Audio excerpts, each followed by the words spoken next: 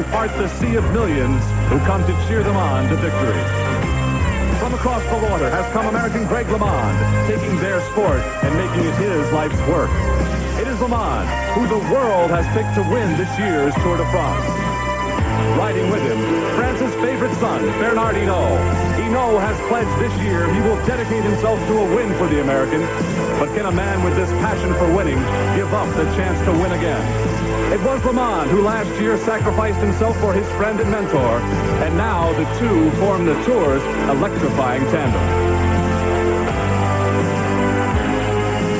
LeMond's Hinault and 208 of the finest athletes in the world will take the month of July and turn all of France into their battleground.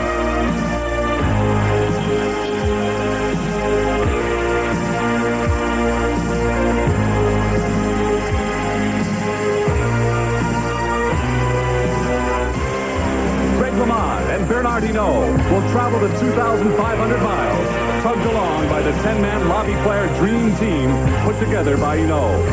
This is the La Vie-Claire Freight Train, and Greg LeMond's passport to victory.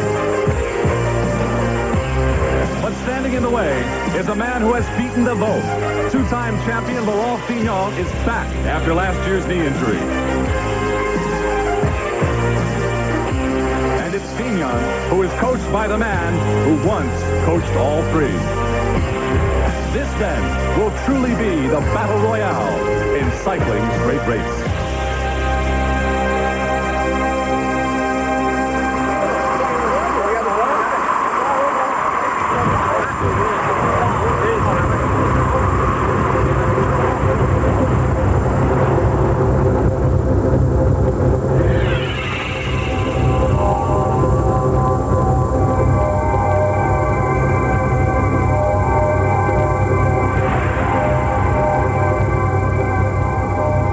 Hello everyone, I'm John Tesh, reporting live from Paris, France, and welcome to our coverage of the Tour de France bicycle race. You know, before this race began, all the talk was about the favorites, Bernard Hinault, the Frenchman, and the American Greg LeMond. But along came the first American team to enter the Tour de France, and while the results were shocking, we'll tell you more about that a bit later on in this hour. But first, I want to give you a brief synopsis about how the Tour de France works. Each day, it's a different race. One day, it might be a mountain stage. The next, a time trial. It's based on overall elapsed time. And very simply, the man who completes the entire 2,525-mile course in 24 days in the best overall elapsed time becomes the champion of the Tour de France. Stay with us. Over the next hour, we'll bring you our coverage of the Tour, the greatest bike race on earth, the Tour de France. It's remembered in this replica of the lady, which sits in the River Seine in the shadow of the Eiffel Tower. It was given to the French as a thank you by the U.S. back in 1928. It's appropriate that the first race of the Tour de France on this July 4th should be held in the home of Augusta Bartholdi, the designer of the Statue of Liberty. We're in Bologna for the prologue time trial. And in this industrial center on the western border of Paris, a good bit of the pre-race talk is about American Greg LeMond. This is the first time the Tour de France has traveled through the streets of Bologna, and the folks have turned out to see the world's very best. The first day is always a time to renew acquaintances, as friends from all over the world once again unite to start this great race. For the men who will begin this 73rd tour, the time here at the starting line is spent fine-tuning the machines and the flesh and blood. 2.9 miles away at the finish line is my colleague Phil Liggett. Well, here at the finish line of this opening prologue of the Tour de France, there's an indication of the great interest in the event. Over 500 journalists have already arrived. And the reason is that this prologue time trial may only be a shade under 3 miles, but it will give some indication as to who will lead the teams. The Tour de France essentially is a team race. There are 21 of them here, each one with 10 riders. Most of the teams know their leader, but one or two of them don't. And one of those teams, of course, is La Vie-Claire. Will it be Greg LeMond or will it be Bernard Hinault? And the chance here in what the French call the race of truth will give both of them their chance to prove their strength. Well, they call it the race of truth for one reason, because you're on your own, there's no drafting, and the watch tells the truth. And Bernard Hinault has won a prologue time trial on no fewer than 5 occasions in the past. Greg LeMond has never done so, yet he really is everybody's favourite to lead the team. So a lot to fight out in a very short time trial, a real scene setter for the start of this year's Tour de France. Away from his public, Bernard Hinault, France's most popular sportsman, prepares mentally and physically for the short but important time trial. Is LeMond behind, thinking what is in the mind of the man they call the Badger? LeMond exudes the confidence of a rider who believes in himself. It's a different pressure for Eric Heiden, a champion in speed skating. He's a novelty here, but Eric has an infectious personality, and true to the Heiden method, he prepares in his own relaxed way to face the clock and the pain.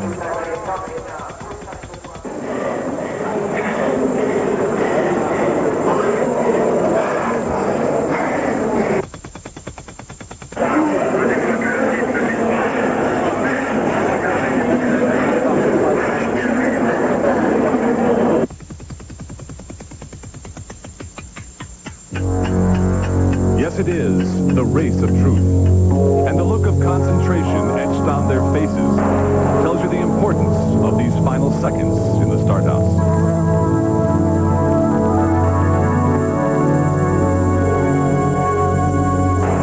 Maybe it's concentration, and maybe it's fear. Because when the moment draws nearer to meet the watch, the anticipation breeds a cold sweat.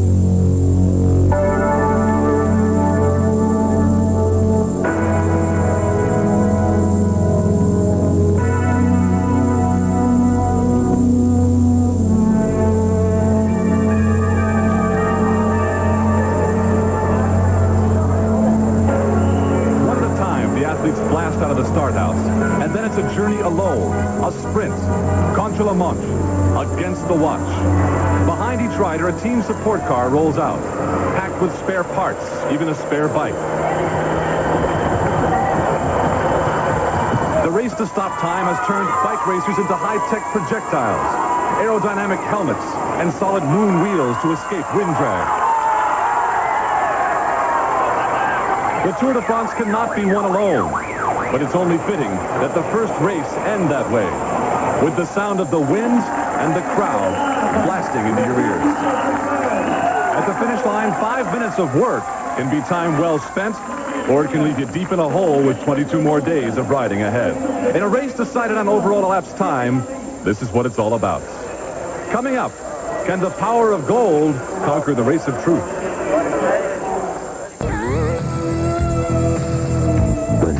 Has a beat of its own, a feel of its own, a beer of its own. Exceptionally smooth Michelob. It could make tonight the best part of your day.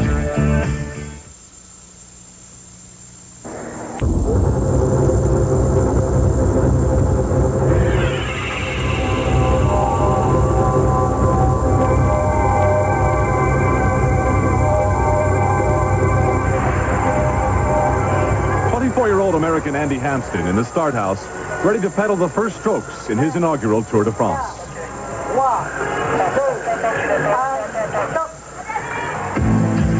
Hampsten rides on the French La Claire team that includes American Greg LeMond and Frenchman Bernard Hinault. And he is part of the American invasion in this year's Tour de France bike race.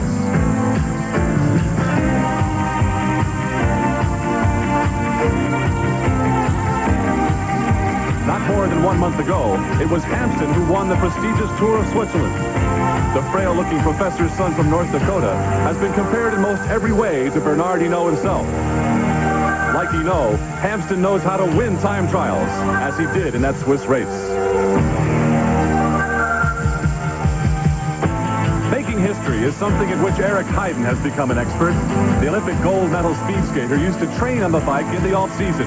Last year, he trained his way to a win in the U.S. Pro Cycling Championship.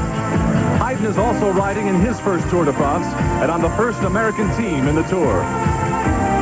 Heiden plays Beat the Clock now in a race he helped cover with us last year. 3 years ago, Belgium's Eric van der Arden won a Tour prologue in another Paris suburb. But since then, the rising star has not always shone so brightly. Still only 24, he rides with a vengeance. And when he gets to the finish, for the moment at least, he'll have the fastest time. There's a new star now, and Andy Hampsten, using all the latest technology in bicycle design, aims to win, joining a remarkable first year in Europe. Hungry for stardom, LeMond and Eno may soon have another winner on the team. No longer pensive, Eric Heiden grimaces at the taste of his hors d'oeuvre.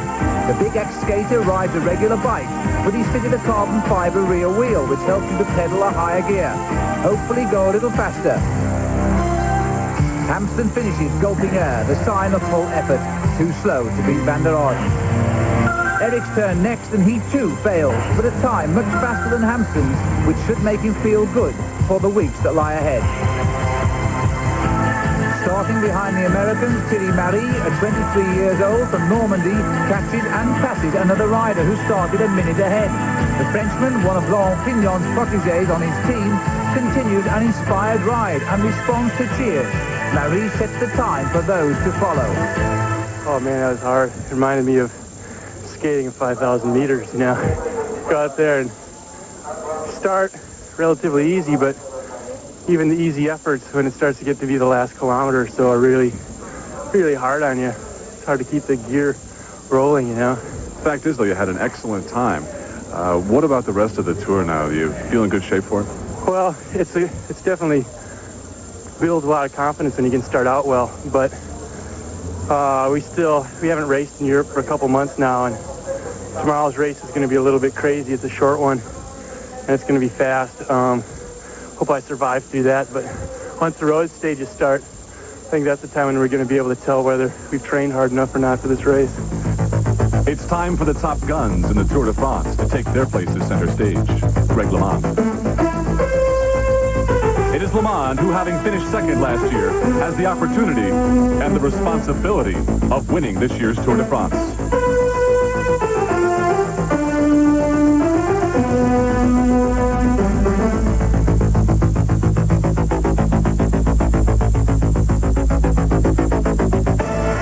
The American, riding for La Viclaire, has taken a beating in the press for his inability to win major races, and today pedals this year's time trial like a man possessed.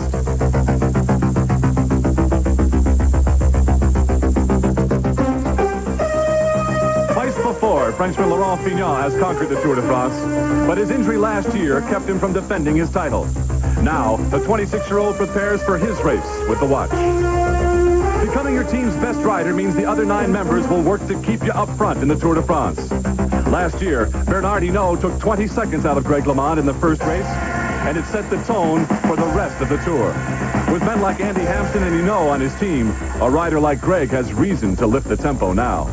Fignon has left the start house, beginning the first phase of a journey that will test his knees for a full month, over 2,500 miles. The honor of starting last and in the yellow jersey, it's reserved for Bernard Hinault, the defending champion and 5-time winner of the Tour de France. Greg LeMond is still pedaling like a madman. And wasn't it just 1 year ago when LeMond was called upon in the mountains to help team leader Hinault win his 5th Tour de France? The finish line now in sight for last year's second-place finisher, Greg LeMond.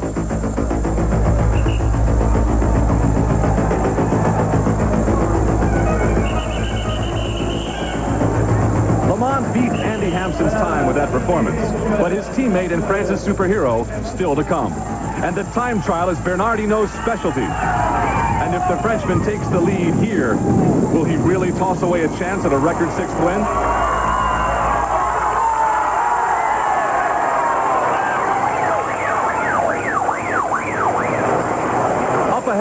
Laurent Fignon finishes strong, and with Hinault still to come, what's on the mind of the American Greg LeMond? Greg, you had a good time. How important is it for you at this point to be leading the La Viclaire team? It's only important to kind of set the tone of the team that, you know, I'm the strongest, and I'll be the strongest for the whole 3 weeks. And, you know, it's important. Last year I lost 15, 20 seconds, you know, in the first prologue, which he's not finished yet, but I don't think he'll do much better of a time than you never know. He knows sometimes comes out of woodwork and just explodes. But I'm hoping that at least to be equal time. If he beats me by a couple of seconds, it still doesn't mean anything in the sense that he didn't take 20 seconds out of me. But it'd be nice that I'm in the lead of the team.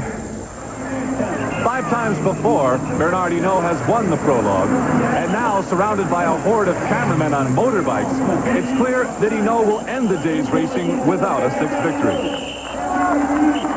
But this performance put Hinault 2 seconds ahead of his La Viclaire teammate, Greg LeMond.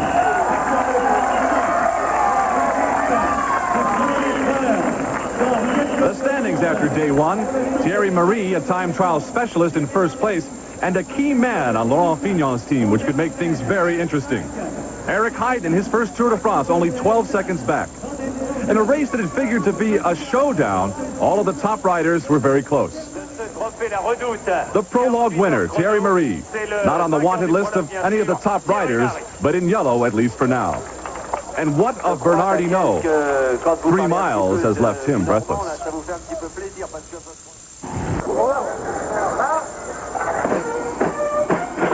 Yesterday, the working-class city of Nanterre served up a welcome for the Tour de France bike race.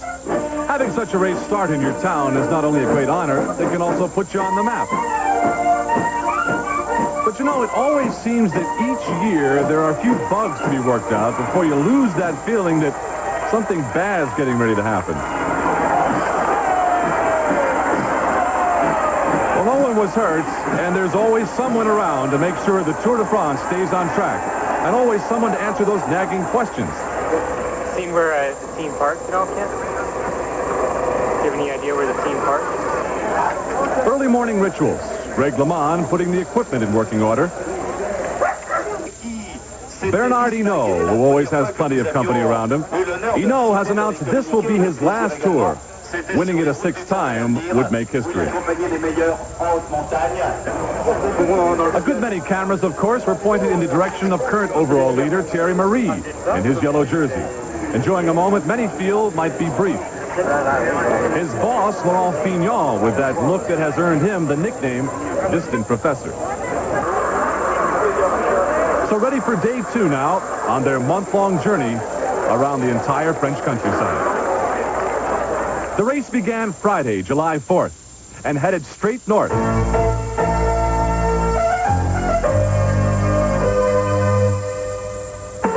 It's during these early days of the Tour de France when the racing will be flat and fast as the pack moves together as one. And these towns and plains filled with so much history provide the scenic passageways for the brightly colored surface.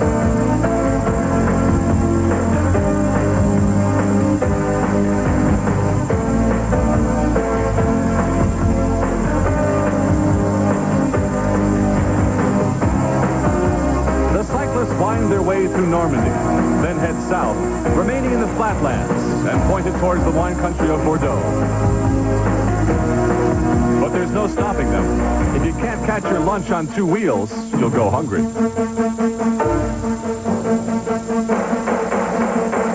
The repairs to the bikes and the bodies, it's all handled in similar fashion. For there is no stopping the Tour de France.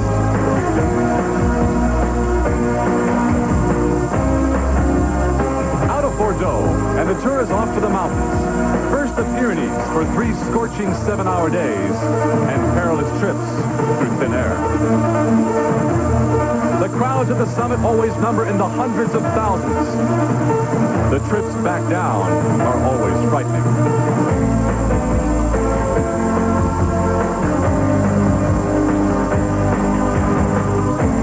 The Pyrenees are merely an hors d'oeuvre. The main mountain course is served up in the Alps. It's said that Tour de France always chooses its champions where the mountains bear the snows of winter. It's also where more of the record 210 riders will be picked off one by one.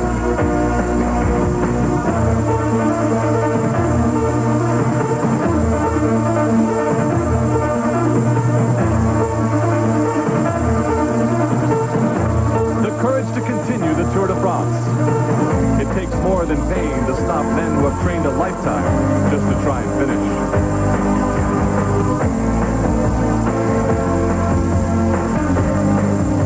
When the race has left the Alps, the man wearing yellow will likely be the one who does so in Paris, and so proudly rides down the Champs-Élysées, entering history as the winner of one of the greatest sporting events in the world. 2,525 miles of the Tour de France.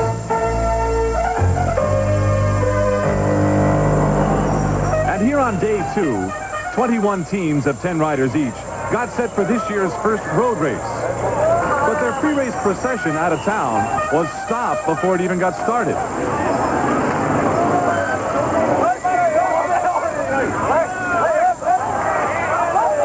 It was a demonstration by the Communist Workers' Union using the opportunity for attention to protest the closing of the Renault auto plant. The protesters made their point without serious incident, but from behind it looked like a full-scale street brawl, and that was enough to send yellow jersey Thierry Marie looking for cover.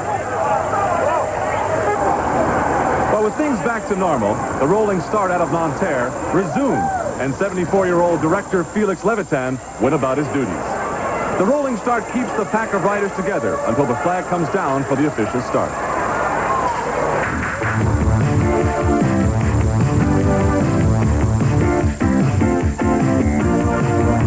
The first order of business for the bold and brave Frenchman Marie was to shake off his traumatic experience and try and chase down the racers up front.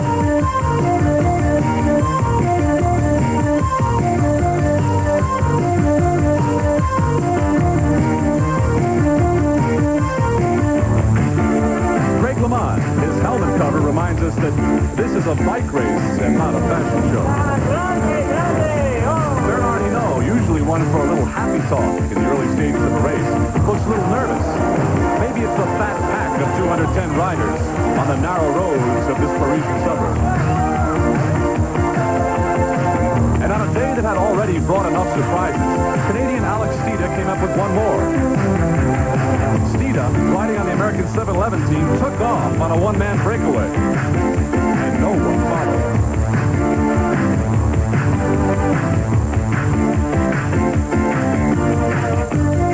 So with the Tour de France less than an hour old and with scant regard for the 38 miles that still lie ahead, Alex Steeda of Canada heads off into the unknown.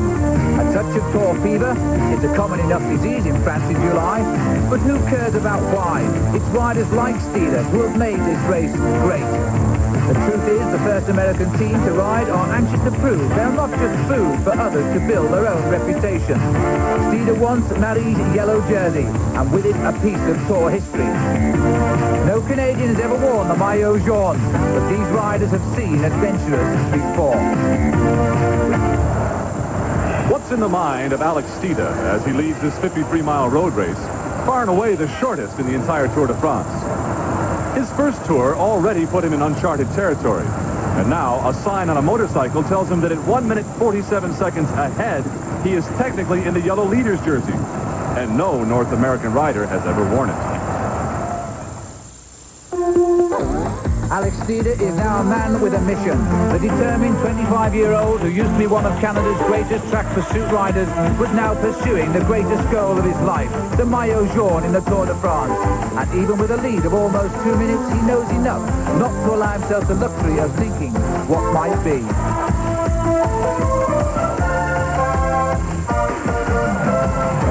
Behind, 5 riders from different teams combine against Steeda, and his lead begins to tumble. The chase is inspired by Phil Anderson in blue, the Australian who was 5th a year ago. Steeda's team car tells him to get up, all is not lost yet, but maintaining 30 miles an hour is beginning to tell, and the vision of a yellow jersey today might just be an illusion after all. The people of Paris are being treated to a strange happening. A Canadian being chased by an Australian, a Dutchman, a Frenchman, and 2 Belgians. Phil Anderson, called the Kangaroo by the French, was here to prove he might again be a challenger for this Tour de France. He spent most of the season injured. This unexpected freedom from the pack inspires the chase. There's still light at the end of the tunnel because today along the route there are catch sprints, places where the first rider wins a bonus of 12 seconds. Now his long attack makes sense. 12 seconds down overnight, Steeda's already won 1. That makes him even. So the chasers eat into the Canadians' lead. Steeda knows if he can win just 1 more sprint, even if they catch him, he still could win the yellow jersey. The CAC sprint banner stretching across the road is no mirage, and Steeder races for it. I wonder if even the knowledgeable French understand what they are witnessing. Another 12 seconds in the bag, and if he's caught now, this is time he cannot lose. Alex Steeder is now poised to take the yellow jersey in the Tour de France. The American team is doing the impossible. Behind, the chasing pack of 204 riders begin at last to bare their teeth. Time is running out for Thierry Marie, who began in yellow this morning. Now there's a new name for the French to pronounce. They say Stieda. But hopes to a first Canadian stage victory take a setback when the 5 chasers led by Paul Bechor from Belgium catch up. The man at the back, Phil Anderson, another member of the Commonwealth, has been responsible for the capture of the Canadian. And with the main field still behind by 30 seconds, all is not yet lost. Anderson's gesture here is friendly. Steeder has earned respect. No more will the field in the Tour de France see the American team as a novelty. Not when one of them has earned the yellow jersey of leadership.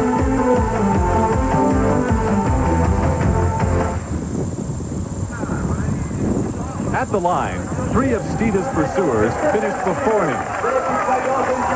And although the Canadian was denied a win in the day's race, finishing 5th, he had done something far more damaging. Steeda had completed a good day's work while out on his breakaway ahead of the pack.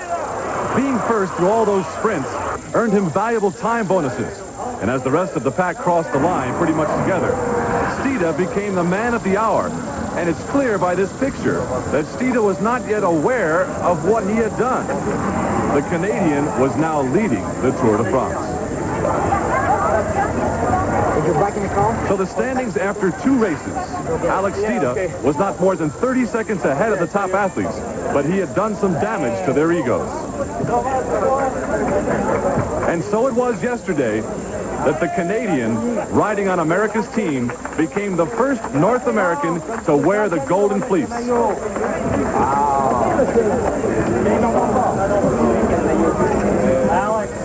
It was an outrageous move on Steeda's part, but one that certainly paid off.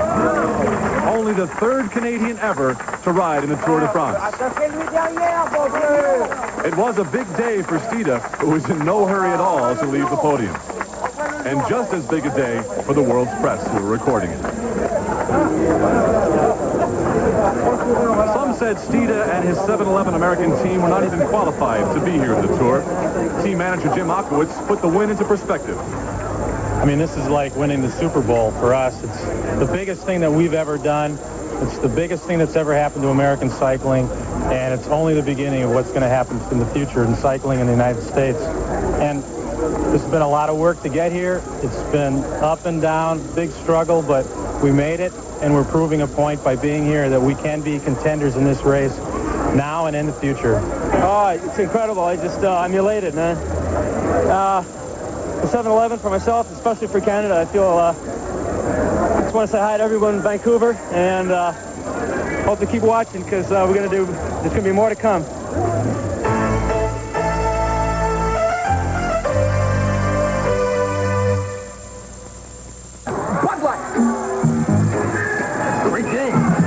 If you just ask for a light beer, you never know what you'll get. Pitcher of light.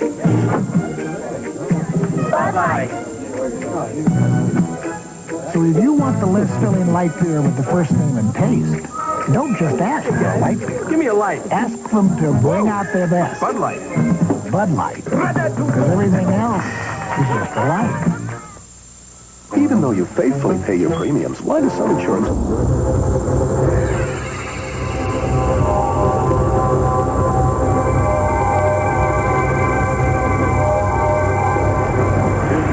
The Tour de France is not only a magnificent bicycle race, but it's an advertiser's extravaganza. Now, you won't find television commercials here in France the way you would find them on TV in the United States. So in order to get their products on TV, what the French do is become the official sponsor of something. There's an official bank of the Tour de France. An official drink is also an official tow truck company of the Tour de France. Also, there is an official sponsor of what you'll be seeing a lot of this month, the yellow jersey. That's Banania, which is a breakfast cereal in its regular form or in Banania Classic. There's an official insect spray of the Tour de France. It's called Catch in this version, the spray version, and of course, Catch Motels. Now, the official aperitif. Ricard, if you drink too much of that, there's the official vitamin C, Vita Scorball. The official power tool of the Tour de France, Ryobi. And, of course, the sponsor of the white jersey, the best rookie, Super Qua. This will get your stuff clean in a hurry. To give you some idea of how it all works in practice, take a look at a compressed version of Canadian Alex Steeda's 15 minutes on the podium. When Steeda went out on his surprise breakaway on Saturday so early in the Tour, he also won all the different jerseys.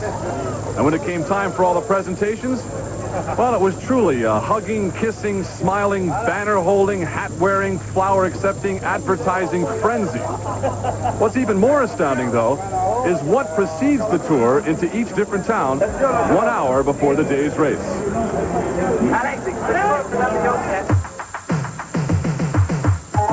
call it the Caravan Publicitaire, which needs no translation and little description, except to say that it began in 1931, and those sponsors who pay to be a part of it greet their demographic groups personally along the course.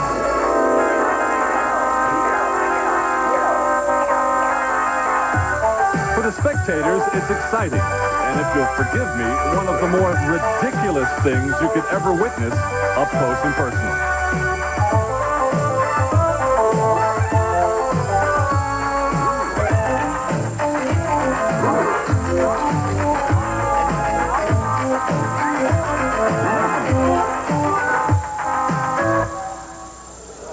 Late Saturday, a unique day on the Tour de France, the only day they hold 2 races.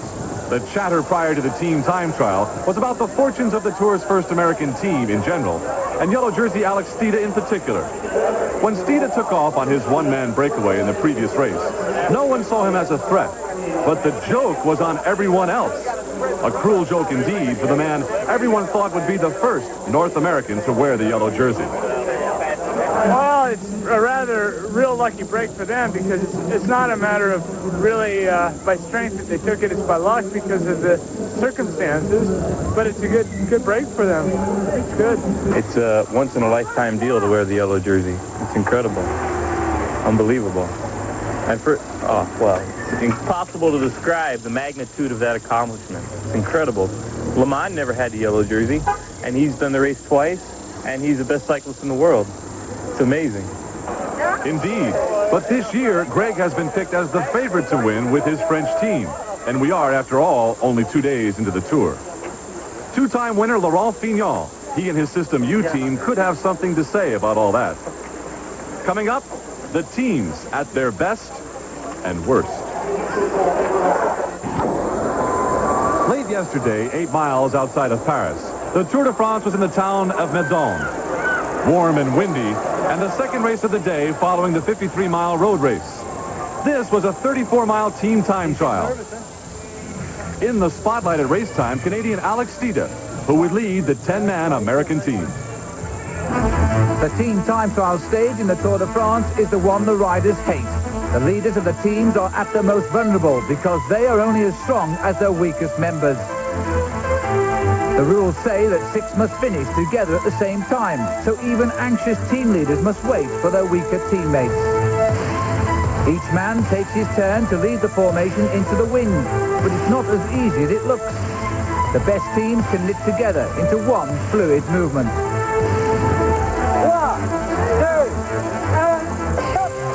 Each 10-man team starts in formation every 5 minutes for the 35 miles test. And with the team racing for the fastest time, a strong squad can gain a lot. The 7-11 team have never ridden a team time trial with 10 men, and they need a good time to keep Alex Steeda in his yellow jersey. The emphasis is on speed and coordination, and riders normally accustomed to sitting in the pack must take the lead. The La Claire team, led by Greg LeMond, show their years of experience by keeping a tight formation. They ride in 2 files, one going forward to set the pace, the other falling back for a little bit of relaxation.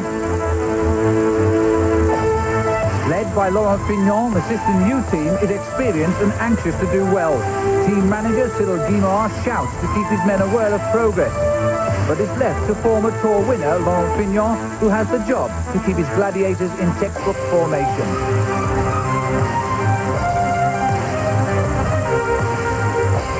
Bernard Hinault is not having the same success with his team's coordination. But when the rhythm works, it's poetry in motion.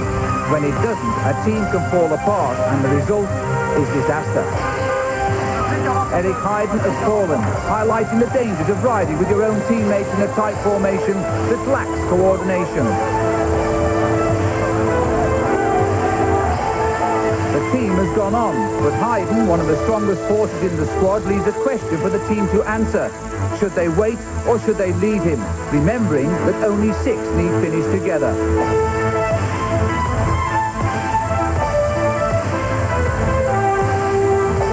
Difficult for Heiden to restart, and over the hill the team shows signs of waiting. But on this historic day, fortunes are mixed for the team, and there's more trouble.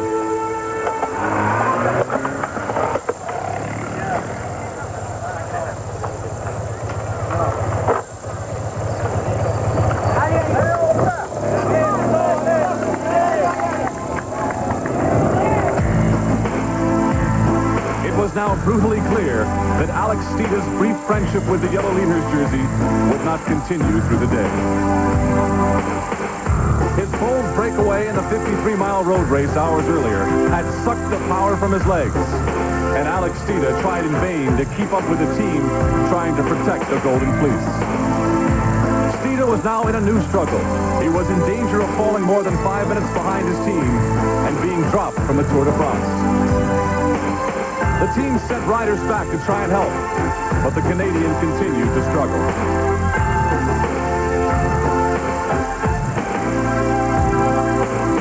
The LeMond team and Craig LeMond picking up his tempo, riding in a nervous hustle, his team appearing lackluster, and LeMond trying to generate a quicker pace.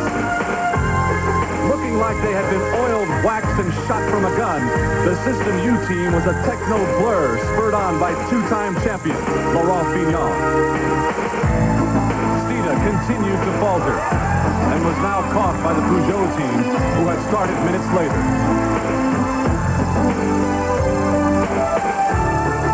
At the finish line, 6 members of Team 711 finished together. They had sent 2 riders back to try and help Steeda stay in the race.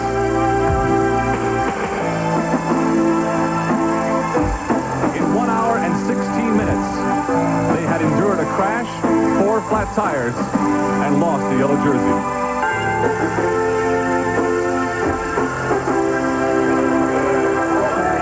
Each rider receives the time given the entire team, and La Viclaire finished the day in deep trouble. The feeble efforts of the team that included LeMond and Hinault would leave them a full 2 minutes behind the leaders. Alex Steeda, the historic bearer of the yellow jersey, and he came within 49 seconds of having his Tour de France end right here.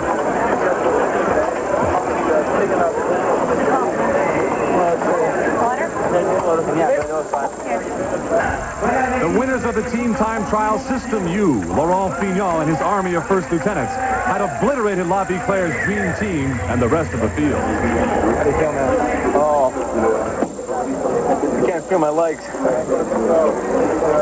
We just weren't organized, and I think lack of experience in the time trial really showed today.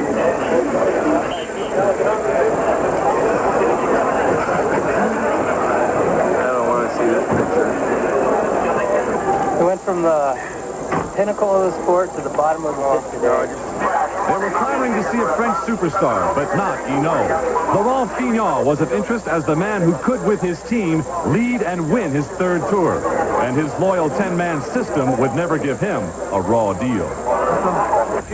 Saturday, the yellow jersey for the 2nd time in 2 days. Fignon's right-hand man, Thierry Marie. Smiles all around for the system, but for no one else. Our team was supposed to play? Good luck.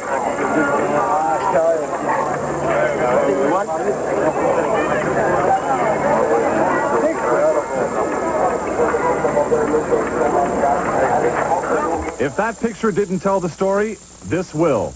After 2 days of racing, Greg LeMond, 1 minute 59 seconds behind. Eric Heiden, more than 5 minutes. Laurent Fignon, what's in the mind of the distant professor from Paris?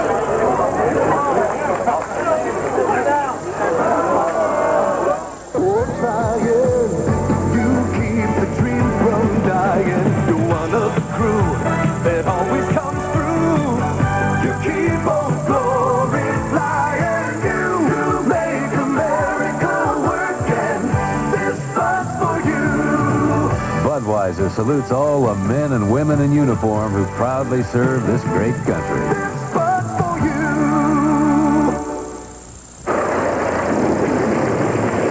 Ollie, if you don't hurry, I'll miss my plane. Welcome back live, Paris, France, our base of operations here at Tour de France coverage. I'm John Tesh along with Phil Liggett.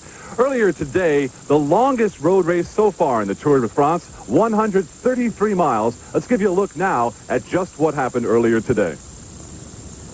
With rain at the start and 133 miles still to go, the System U team are feeling tired but relaxed after a wonderful time trial the previous day. Laurent Fignon, can he win the Tour de France for the third time? He thinks he can because his team all come to the front today and hold the race under control. But Greg LeMond, the young American, watches and waits and uses the System U team, his rivals, as his allies. Bernard Hinault, a former teammate of Laurent Fignon, what does he think now? Can he take on the whole of the System U team today?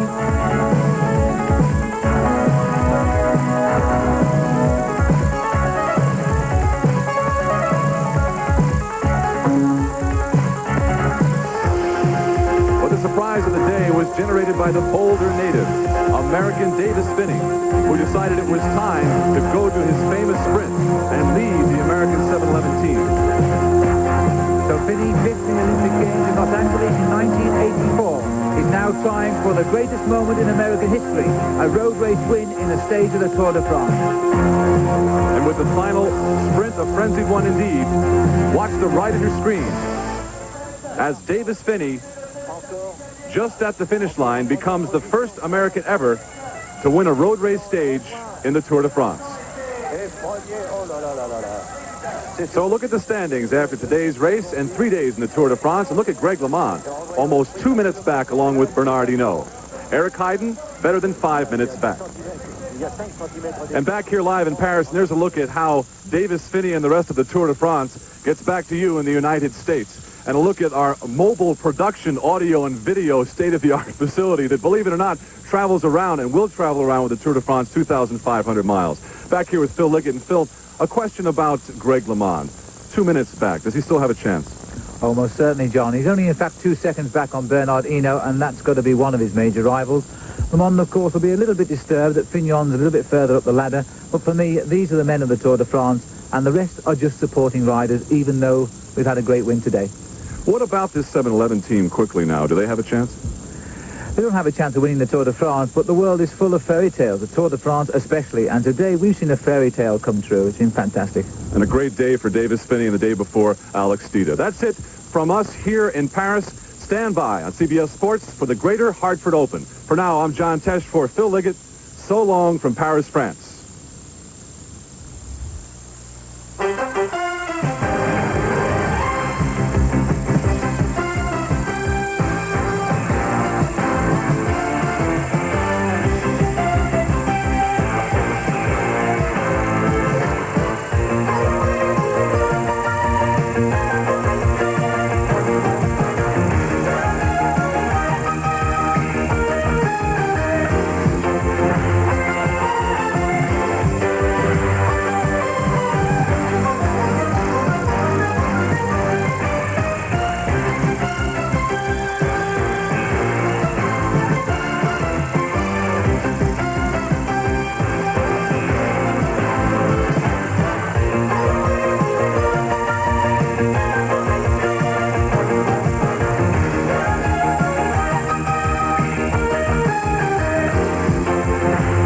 CBS Sports Sunday has been sponsored by Budweiser. Beechwood aged for that clean, crisp taste. This Bud's for you. Anco, see your way clear with quality Anco windshield wiper products. And by United States Liberty Coins. Keep Liberty in mint condition with United States Liberty Coins. Coming up next, the great countryside for week 3 of our coverage of the Tour de France. Defending champion Bernard Hinault chases a record 6th title. Countryman Laurent Fignon seeks his 3rd. And Greg LeMond, Hinault's teammate, is striving to become the first American champion. Forging, fitting up, hand finishing. Exacting standards that say nothing is complete until it's right. One beer is brewed with these same values. Budweiser. The most expensive ingredients. Exclusive beechwood aging for a clean, crisp taste. Because this Bud's for you. The glorious day of Canadian Alex Steeda making history in the yellow jersey. Hours later, pain and defeat at the hands of the Tour de France. The single-minded ambition of American Greg LeMond.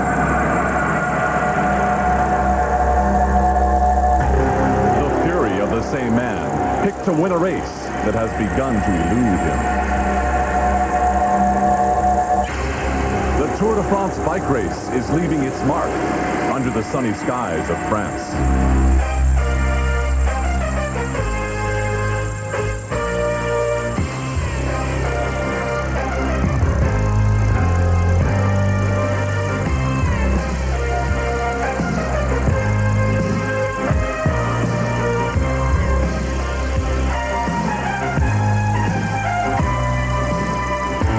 5-time Tour de France winner Bernard Hinault, whose over-the-shoulder glance only reminds him that he will always be a marked man.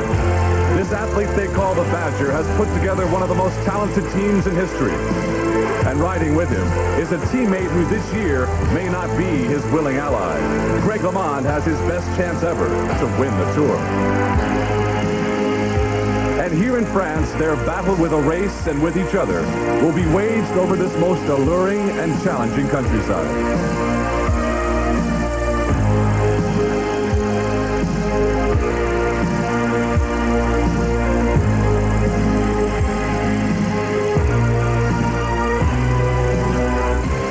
It began with 210 of the world's elites, including another Frenchman, Laurent Fignon. He has beaten both LeMond and Hinault, has returned from an injury, and fashioned his own dream team to help him take his 3rd win.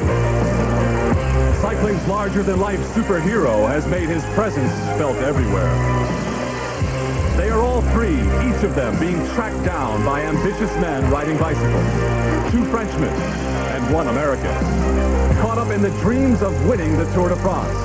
When it's all over, only one man can leave his mark under the sunny skies of France.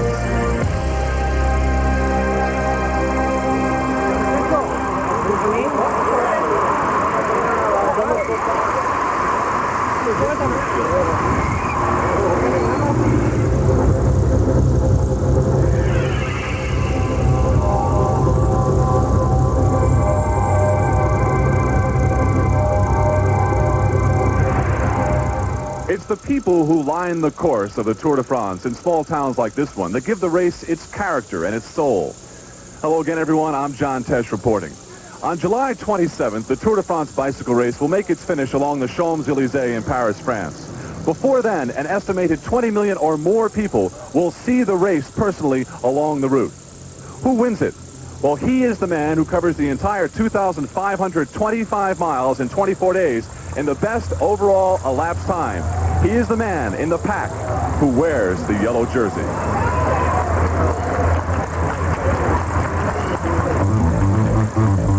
Day 1 of this year's tour, Bernard Hinault wearing the yellow jersey as the defending champion.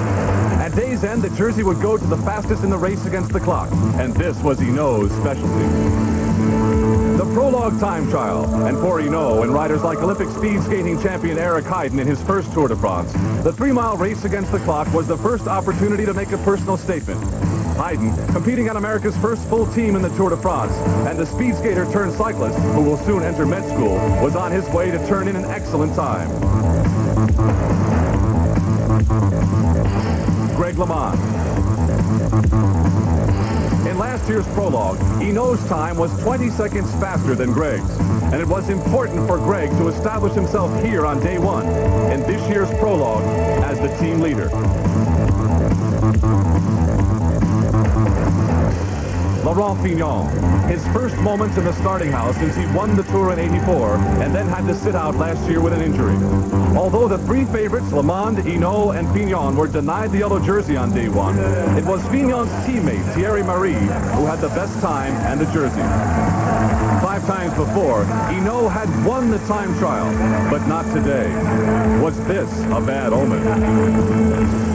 And as the reporters closed in, perhaps the question in Greg LeMond's mind, with only 2 seconds separating he and teammate Hinault, which one would the 10-man La Viclaire team work for? Thierry Marie and his yellow jersey, Fignon's first lieutenant, had done well. Day 2 started with a bang as pre-race festivities got into full swing. It's just not easy working out the bugs right away. It also wasn't a simple task getting Day 2's 55-mile road race up to speed, as communist workers took the opportunity of worldwide press coverage to protest the closing of an automobile plant.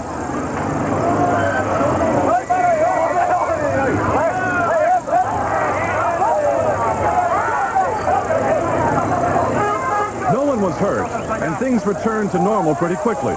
But not before yellow jersey Thierry Marie showed he had donned the appropriate color for the day's early excitement.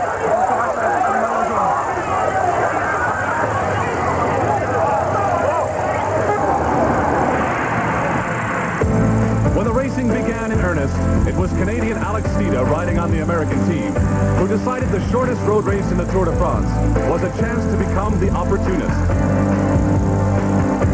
Steeda launched himself out on a solo breakaway. The rest of the riders failed to take him seriously. They let him go, and Steeda began a journey into the record books. He became the first North American cyclist to win the Golden Fleece. Later that day, the team time trial. 21 10-man teams riding together for 34 miles. Yellow jersey Alex Steeda and his American 711 team knew that using proper orchestration would be essential. It was in the team time trial when Laurent Fignon showed off his hot new system. Sponsored by the French System U supermarkets, Fignon's army of techno speed demons were on their way to obliterating their competition.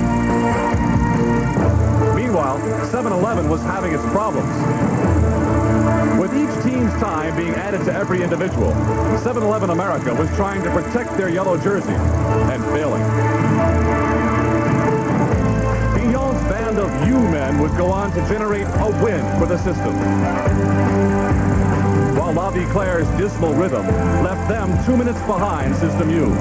There was heartache for Greg LeMond, and also for 711 Steeda, who lost his yellow jersey and was almost dropped from the Tour for falling so far behind his team. Then last Sunday, Boulder, Colorado native Davis Finney added more history to the Tour, becoming the first American to win a Tour road race. 134 miles long, and it was Finney on your right at the line.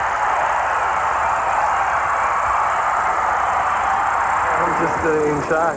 I'm utterly amazed. I can't believe it. The overall standings after 3 days of 24 look like this, and you can see the importance of having a good team. System U's Marie back in the yellow jersey, Fignon right up there. LeMond and Bernard Hinault nearly 2 minutes behind. At this point, it was crystal clear that Laurent Fignon was back and as powerful as ever. Fignon, with his system, was burning up the Tour de France.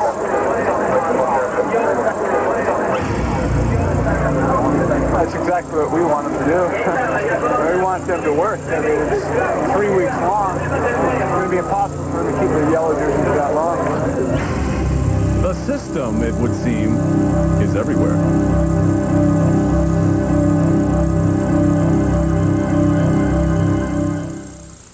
Hundreds of business people to...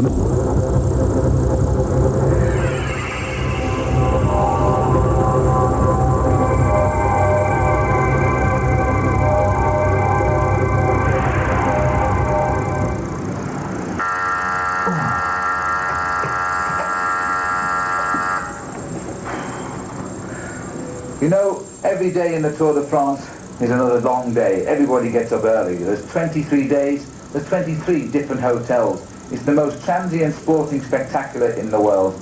But there's no routine day. The riders race along in that big pack. There's always something going on. It's certainly never boring. It's the same in any job, and for the professional cyclist, a cup of coffee and a pleasant chat starts the day nicely. After a drink, well-trained hands remind the rider that this is no ordinary working day, but one that requires special attention. No time to read the mail either. This is an outline of the route ahead, and to those riders who don't know the way, now is the time to learn. Early stars have the chance to sign autographs and enjoy a slice of glory. And there's even time to read about what people think of you. Laurent Fignon grabs a last-minute snack on his way to the start line. It's a long day. And just like in a factory, when the whistle blows, it's time to go to work. But not everybody's so keen. With up to 7 hours pedaling ahead, there's no hurry. The day is young and the road is long. Even Felix Leviton, the organizer, is full of pleasantries for the workers. And for the moment, the lead is dormant and the badger rests among friends.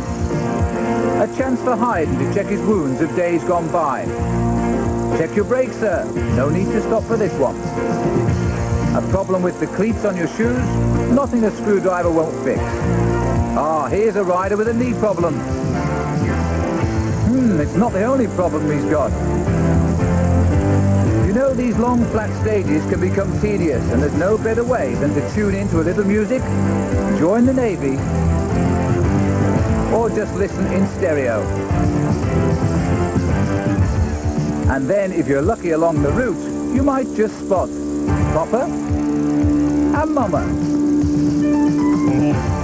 Marc Gomez, the ex-champion of France, has even had permission from the pack to go ahead and greet his family.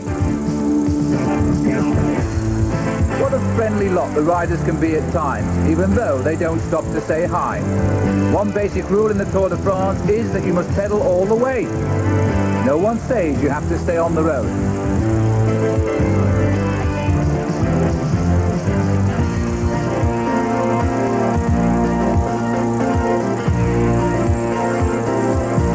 But never underestimate the dangers of riding in a pack of over 200 riders. Elimination is just an elbow away. The miles tick by, and as the race this day approaches half distance, then lunch is taken. Riders snatch the sacks of food and then, like squirrels, store it for the remaining miles ahead.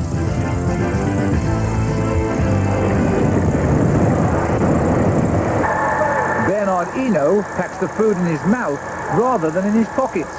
He's making ready with the rest for the metamorphosis that is about to take place.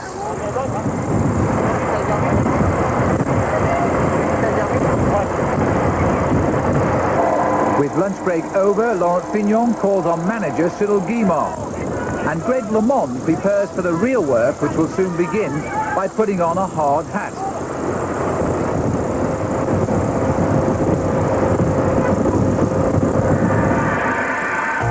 The open road ahead is now a challenging sight, and the race picks up a tempo that only the best will match. French rivals Fignon and Hino in the sunglasses speak to each other, but neither will give anything away.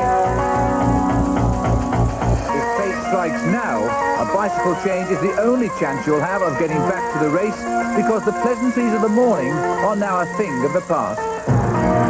The Tour is now in open flight, and the huge crowds in the towns of France pack the streets to catch a glimpse of the peddlers of charm.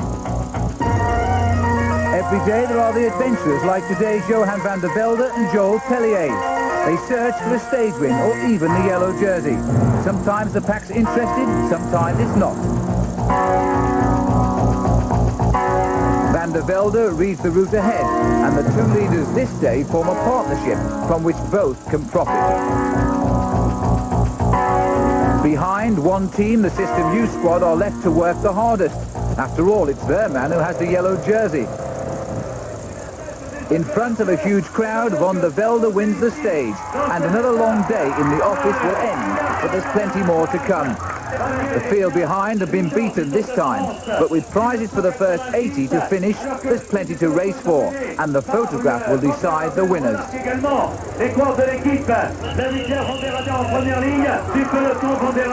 And what a day for Van der Velde. He gained enough time to take the lead for the first time in his life.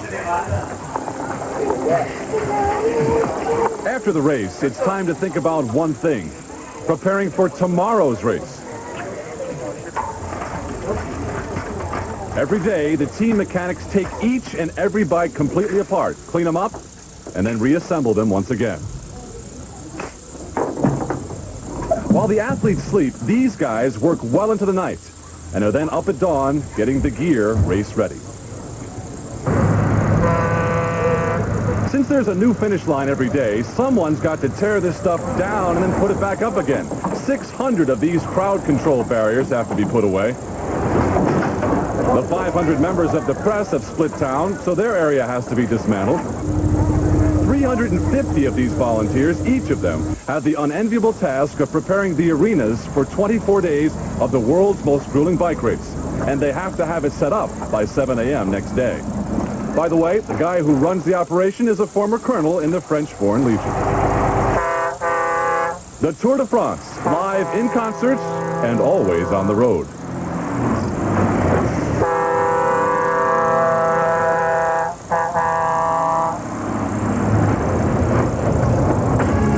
What's happened to the Badger, Bernard Hinault? Will he and Greg LeMond finally make a move against Laurent Fignon's system? The answer may come along the ocean that carried the allies of days gone by.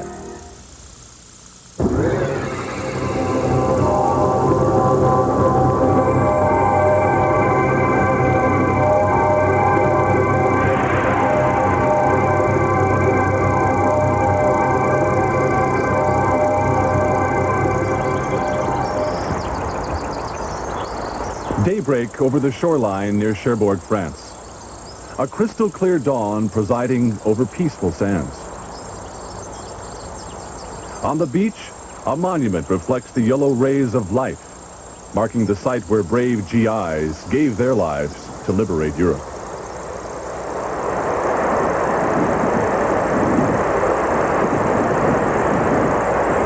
It's peaceful here now, but 40 years of healing has not erased the memory of what happened in this place called Omaha Beach.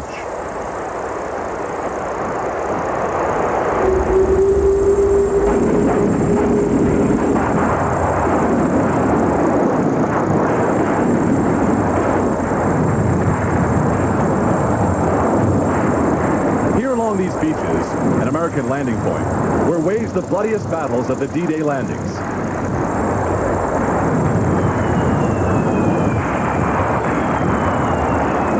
Omaha Beach, which began as a code name, the Third Army swept down through Brittany and went on to liberate France and the rest of Western Europe. In Colville-sur-Mer, there stands an American cemetery, 9,385 marble crosses. Brave young men who fought for us, each and every one.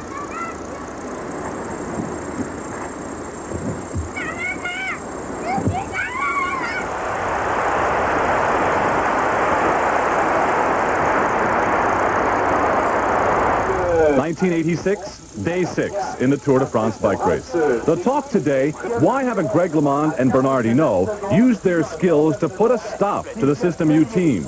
Since the team time trial, Hinault and LeMond have been nearly 2 minutes behind in the overall standings.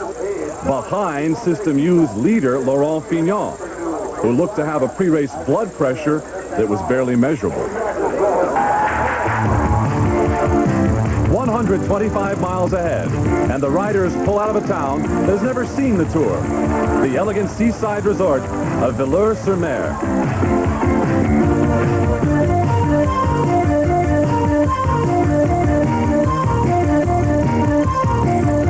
Right away, Bernard Hinault lets it be known that he's had enough passive jousting and generates a breakaway off the front of the pack. Like a magnet, he draws a small group of riders along with him. This now is the daring Breton whose take-charge style has won him 5 previous Tours de France. Back in the chase group, and LeMond too lifts his race tempo, and the entire pace of the race continues to build. No one can afford to let the likes of Hinault or LeMond get a leg up here on the roads of Normandy. System U, and for once, Laurent Fignon's band of ultramen are not controlling the race, at least not yet. Greg LeMond remains behind with the system. If they make a move on Hinault, he'll go with them. The 11 escape artists have now opened a margin of 1:30, and through the 19th century towns, a Frenchman leads the attack. But his group is a talented one, and includes Ireland's Stephen Roche, who is dangerous enough to keep Hinault on his toes.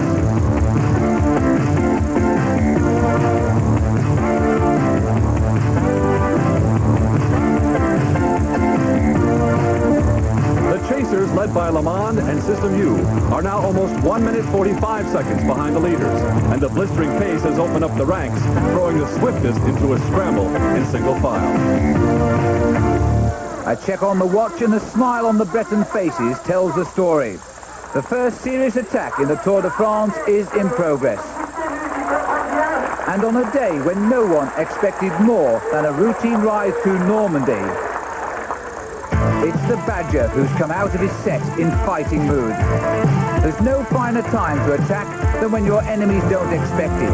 And this group of 12 men push the pace up to 35 miles an hour as they speed towards Cherbourg.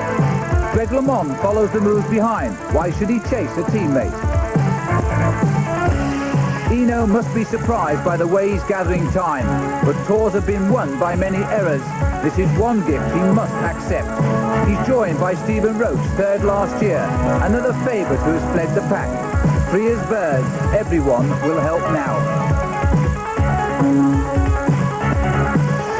Unbelievably, the Vigilant System U team have allowed the unthinkable to happen, and now they must group together and try and correct their biggest mistake. Laurent Fignon, expecting a quiet day in the sunshine, is forced into action with his whole team, knowing that if the group ahead stays clear, his hopes of winning the Tour may be gone forever. The System U team chase with no help from the rest, because they know that Fignon must chase, using energy that later might cost him the race. Bernard Hinault, the winner of 5 tours, knows only too well the damage he's causing behind. The wily Breton has come out of his corner at last to show the world that at 31 he can still win the race for a record 6 times. Of all the tactics the riders might have expected, this is one they would never have thought of, because Hinault's record shows he never attacks on the flat. Exasperated, embarrassed, Fignon counters hard. He takes with him a small group, and guess who's sat in at the back? Greg LeMond, wearing number 7 and enjoying a free ride on Fignon's account. The Frenchman, it seems, is in a La Vie Claire sandwich.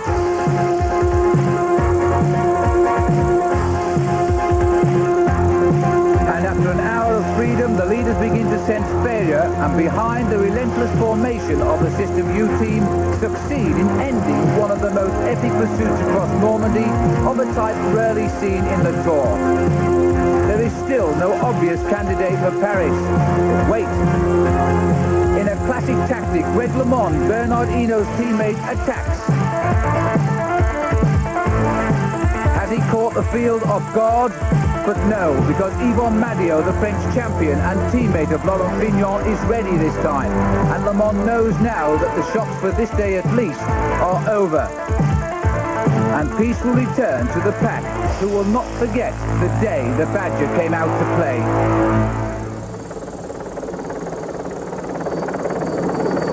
And in the end, Johan van der Velde kept the leader's yellow jersey.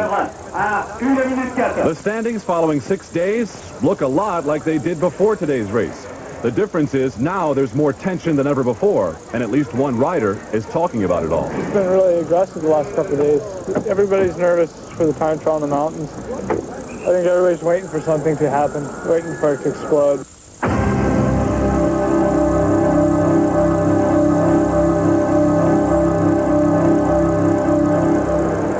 The level of acceptance assistance of Bartles and James continues to be excellent. For a while, though, we were worried that these folks might have gotten hold of a bat switch, in addition to being extraordinarily light and refreshing, made their hair turn funny. But we have been assured that this is not the case. So please continue to enjoy the Bartles and James Premium Wine Cooler, whatever your hair or lifestyle. And we thank you for your support.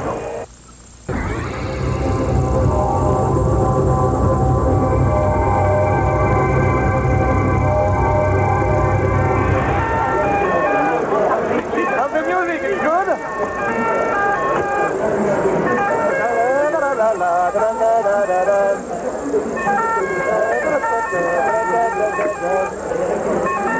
On fait ce qu'on peut, on n'est pas les fleurs. Cyril Guimard is France's most successful team manager.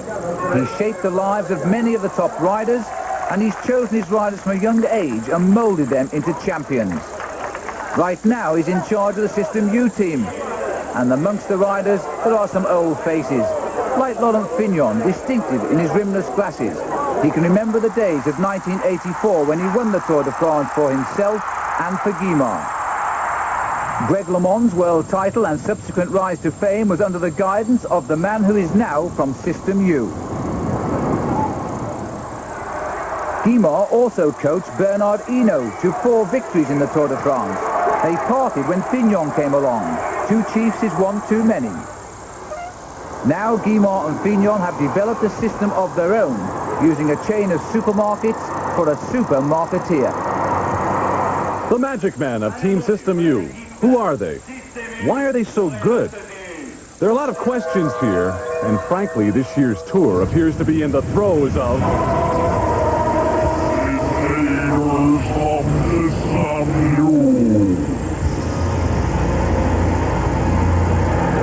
It was the team time trial when we all began noticing something a bit odd about this team. They all use those special black moon wheels, each rider wearing a yellow pointy plastic helmet, except for their leader, Fignon. Already, they had put 7 of their riders in the top 10 standings in the Tour de France bicycle race. And how do you explain a team leader named Cyril, who's already toasting with champagne? Toasting.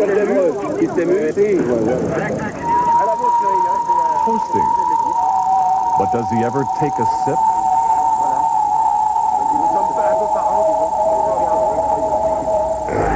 Where did they come from? Why are they always riding at the front of the pack? Is this a question that will ever be answered? Who knows the answer? It seems like they're from another galaxy. They're at the front all the time, protecting their jersey, and they're just superhuman beings. Why are they so quick to accept free laser muscle treatments at the end of each race? And what of their leader, Fignon? Why is he always running from something? Indeed, they don't even speak our language.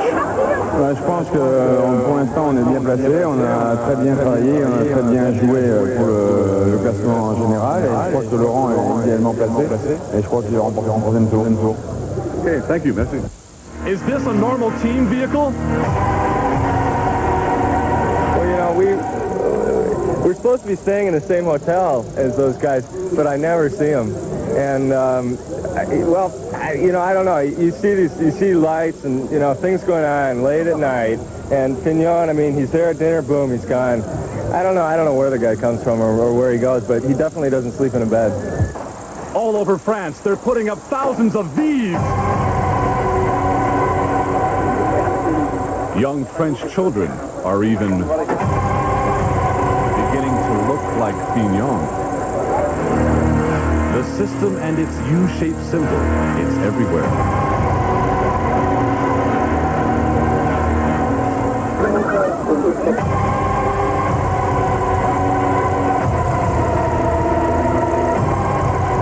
Can anyone escape? System U.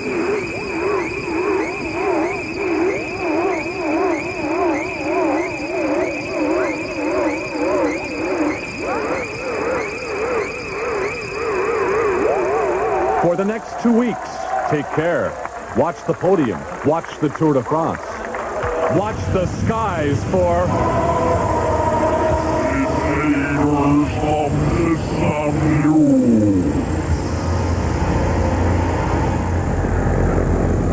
But back in the real world of the Tour de France, System U carry on defending for Laurent Fignon.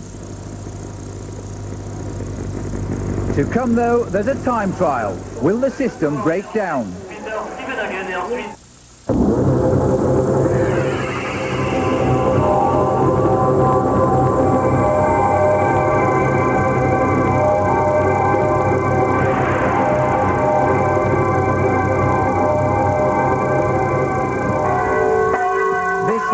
Been a race about time.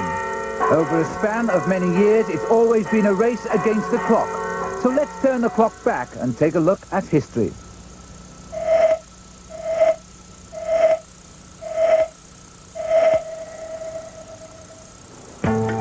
For 83 years, many things have remained unchanged. The backdrop of the beautiful French countryside, for example, the struggle of racing each day and every day, and the glory of the victory.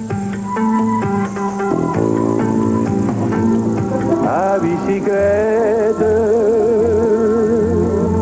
quand on approche la rivière, on For 83 years too, men have raced bicycles around the entire French countryside. They may have slowed down occasionally for a passing train, and even done a little bit of walking. But only one thing has cancelled the Tour. 2 world wars on French soil also had the Tour as a casualty, but racing began again as soon as the fighting was over. Today, the Arc de Triomphe signals the end of the race around France, where the final yellow jersey is awarded. Yellow? Because that used to be the colour of the sponsoring newspaper. With heavy bicycles, no multiple gears, and with spur tyres tied about their shoulders, the Tour de France began to build its legends. No helpers were allowed in the early years, and to start next day you had to finish with your bicycle even if broken. No one has ever said the Tour de France is easy, but to be successful, adversity must be faced with courage of the type that's endemic in this race.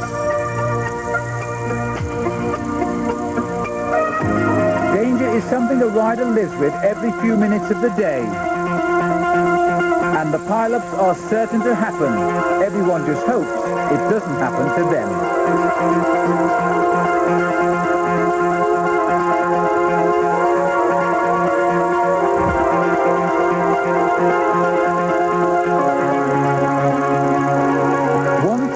Above all has scarred the Tour de France, and British cyclist Tom Simpson died on the climb of Mont Ventoux, a barren, burning mountain slope in the Massif Central region. It was in 1967, on July the 13th, on stage 13, exactly 19 years ago today.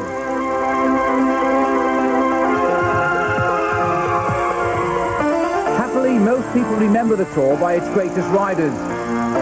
Lewis and Bobet, 30 years ago, the last Breton before Eno. Jacques Anquetil, 5 times a winner from Normandy, and now a television commentator. And the greatest rider of all time, Eddy Merckx from Belgium. Today's heroes like Bernard Hinault, this year aiming for his 6th win, have been developed because of legendary figures such as these, who have, by their very courage, shaped the Tour de France into the most grueling race on earth. This year, will there be a place in history for Hinault and a 6th win, or Greg LeMond, who could be the first American winner? The American invasion of the Tour de France came in 1981, when a young cyclist named Jonathan Boyer was the first to ride it. Boyer moved to France in 1974. He took a 6-week crash course in French and was hired as a rider by a French team. Boyer has since retired from the Tour de France after a personal best 12th place finish. Next came Greg LeMond, who embraced the Tour in '84 and finished 3rd. The 3rd American, Doug Shapiro, was hired by a Dutch team, and he finished 74th last year. Now comes the first American-based team. Out of the Wild West, they hail as a group of eager young trailblazers. The team is sponsored by a chain of American convenience stores and an Italian industrial dishwasher company. Here in this year's Tour de France, they've already been making headlines. Steeda won the Yellow Leaders jersey on day 2, and although he lost it the same day, he was the first North American to wear that jersey. And then last Sunday, Davis Finney from Boulder, Colorado, became the first American to win a Tour de France road race.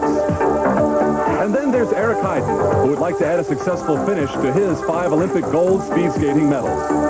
But their tour hasn't been easy. It's unbelievable how hard these races are. You know, there's all these guys that are going for it, and when they get out there, they work really hard. It's about 50% faster, 200% longer, and 100% harder. There's nothing like it. It's unbelievable. It's really unbelievable. We haven't got to the hard part yet.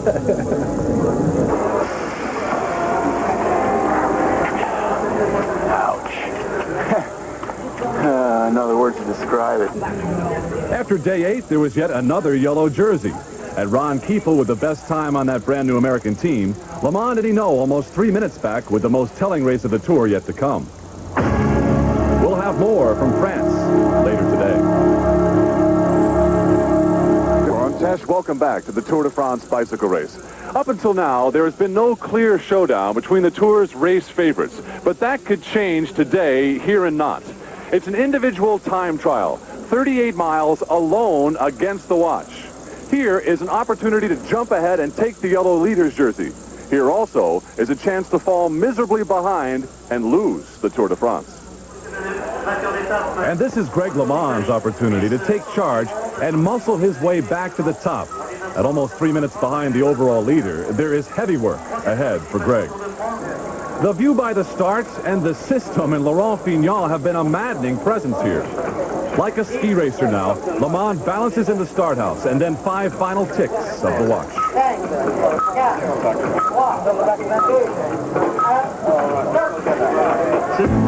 There is no team for help or hindrance here. LeMond and the others will all be alone on the course. The 25-year-old from the States who moved his family to Belgium to train rides on the French team he feels gave him a raw deal last year when they asked him to help teammate Bernard Hinault win his 5th Tour. LeMond admits he made a mistake, and this year he says he will work for no one. Bernard Hinault, also close to 3 minutes out of the lead, has in his career always used the time trial to jump into the overall lead.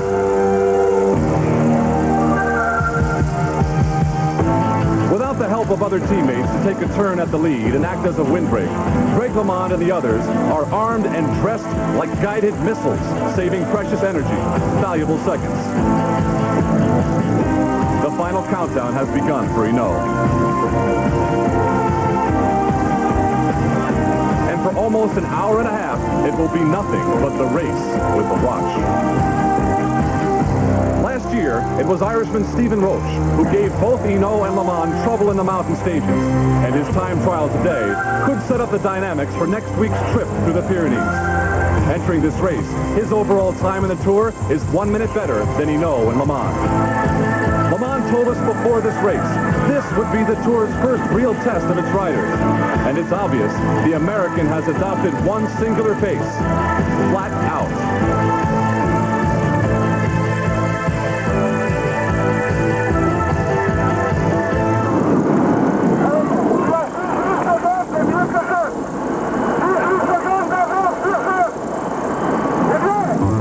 With 850 miles covered, but with the Pyrenees still ahead, the time trial remains the most crucial stage for those who want to stake a claim to final victory. Bernard Hinault has always been convincing in these races of truth, but age is no longer on his side, although the people here certainly are. LeMond is the new star, but it is here where he must prove he is ready to lead his La Vie Claire team. Behind them both, Laurent Fignon prepares for his moment of truth. A winner in both the tours he's ridden, a year out with injury, leaves a question to be answered. Is he fit enough to come back? No No moon wheels for him in this age of advancement, but still a strange-looking bicycle.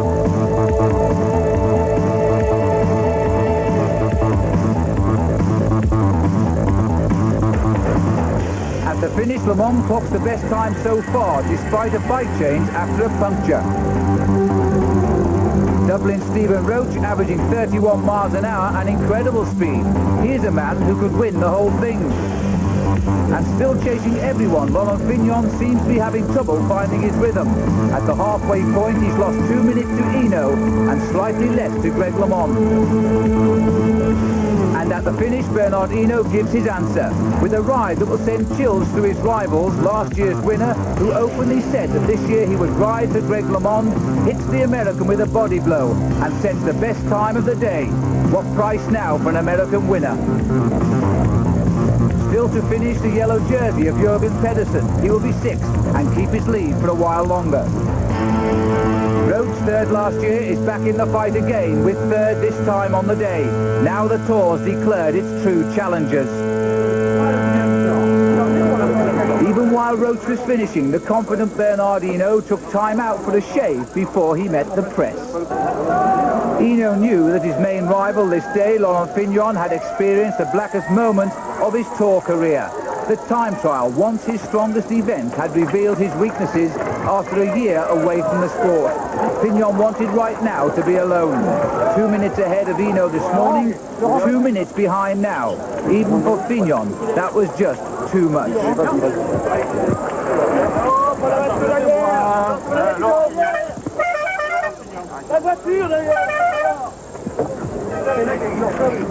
The time trial standings, and oddly enough, the first three are a duplicate of last year's final standings, when Eno won it all. The overall picture, Eno and LeMond back in the hunt for the leader's jersey, with Fignon in a bit of trouble. It's 8 o'clock this Sunday evening in France, and the riders have now retired for the evening after their 114-mile road race, which did not appreciably change the standings that we just showed you. What's important to remember here, though, is that now the cyclists will enter the Pyrenees Mountains. And it was in the Pyrenees last year where that great drama unfolded involving Greg LeMond, the American, the Frenchman Bernard Hinault, and the Irishman Stephen Roche, with Hinault ultimately going on to win the Tour de France. And we'll bring you those exciting Pyrenean races next Sunday on CBS Sports Sunday. The next week, it's the Alpine stages. The most exciting racing of the Tour de France is yet to come. For now, I'm John Tesh reporting from France. Well, John and Phil got a day off tomorrow, perhaps for a little taste of the grape. It's Bastille Day, France's celebration of independence. But they'll see plenty of action in the Pyrenees Mountains before they file their next report on CBS Sports Sunday 1 week from today. In baseball today, the Mets shut out Atlanta 2-0. Best record in baseball going into the All-Star break. In the U.S. Women's Open Golf Championship, a playoff tomorrow. Jane Geddes and Sally Little will be there. They're in the clubhouse at 1 under par. And two other golfers might tie them up and be there as well. 1 week from today, Gil Clancy and I will be back in Nevada.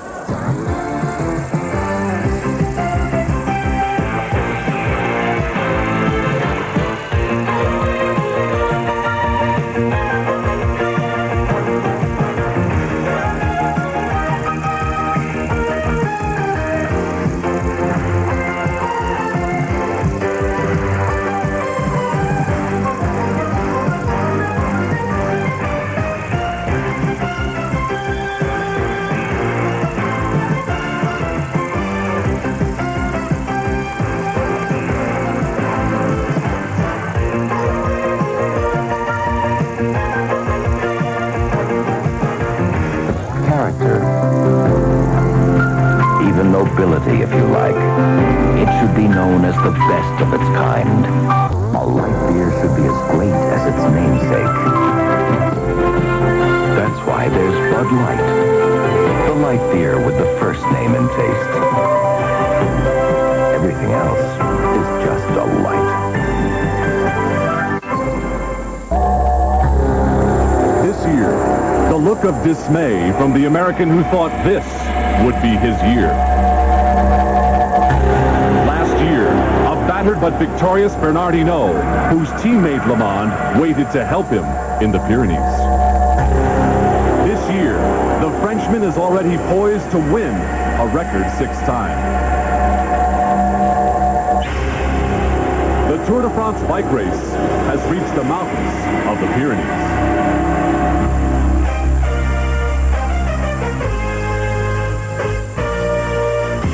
This is the time, this is the place, and these are the men who will try to tame cycling's great race in the Pyrenees Mountains.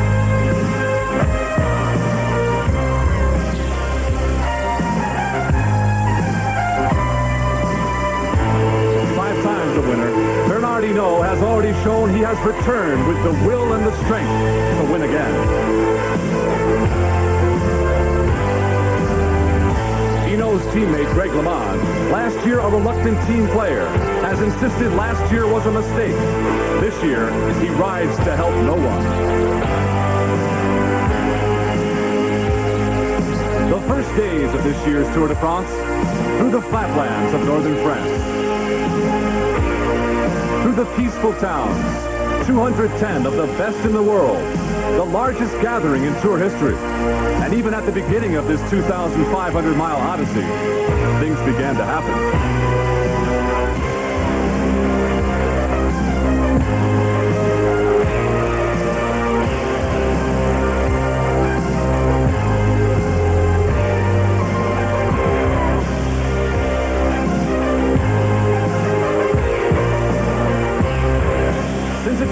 July 4th, those strong enough have continued relentlessly.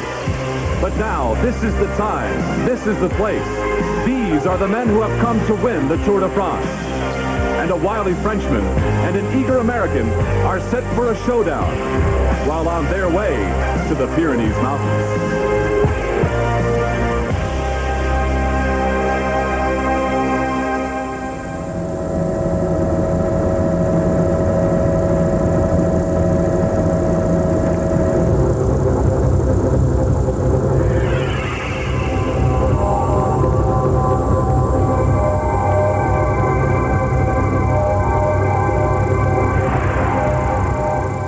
I'm John Tesh. The Tour de France bike race has reached the Pyrenees Mountains. For the next 2.5 days, millions of these spectators will line these mountain roads. People who have planned their vacations, taken off work for one thing, to be a part of the Tour de France now. For it's here in the Pyrenees where the drama of the Tour has always begun. What you are about to witness is truly one of the great sports spectacles in the world. They come out here to the middle of nowhere, really, to form this gauntlet, because all these folks know the Tour always explodes along these roads. As Phil Liggett reports, now is the time. So after 10 days of shadowboxing in this year's Tour de France, the race is now about to begin. We're here at the base of the Pyrenees. The mountains left, all of the Pyrenees, all of the Alps. And there are now two distinct types of rider in this year's Tour. There are those who will cross the mountains with the hope of surviving and simply getting to Paris. And there's the handful who really believe they can win this Tour. They must now attack and attack hard in the Pyrenees and then in the Alps. And by the time we leave the Alps, the winner of this Tour de France will surely be known. This most majestic arena awaits the athletes about to embrace the Pyrenees. Before it's over, at least one question will be answered. Who is the strongest in the mountains? Last year, Greg LeMond and Bernard Hinault were the best of friends. That relationship ended in the Pyrenees. Contemporary New York wine cooler consumers, the level of acceptance of Bartles and James continues to be excellent. For a while, though, we were worried that these folks might have gotten hold of a batch which, in addition to being extraordinarily light and refreshing, made their hair turn funny. But we have been assured that this is not the case. So please continue to enjoy the Bartles & James Premium Wine Cooler, whatever your hair or lifestyle. And we thank you for your support.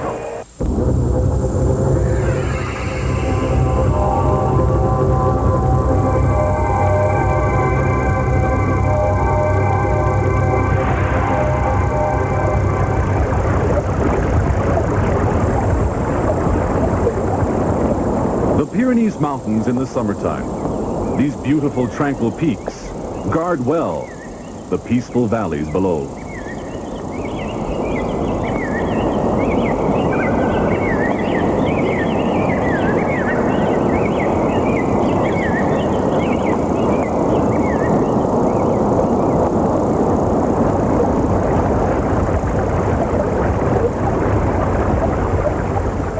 music of the water and the wind is interrupted but once a year, when like a giant magnet, the mountains attract the millions who come to watch cycling's great race.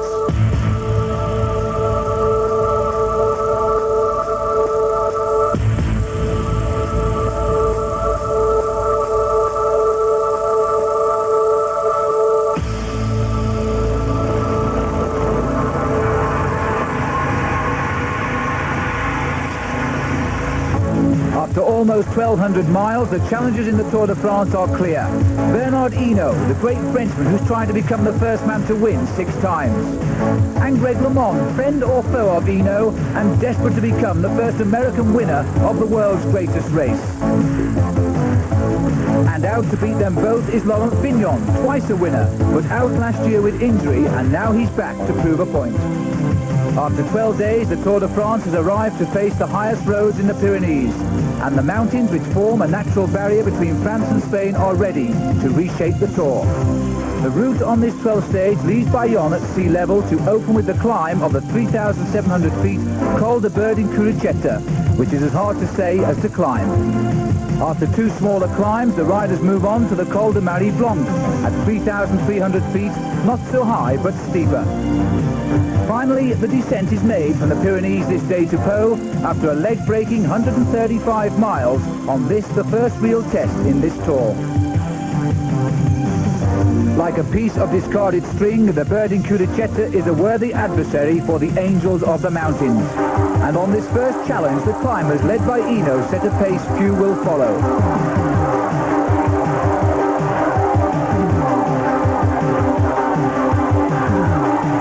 Thousands of spectators have waited all day to catch a glimpse of these talented athletes who have already shed the majority of the riders by half distance.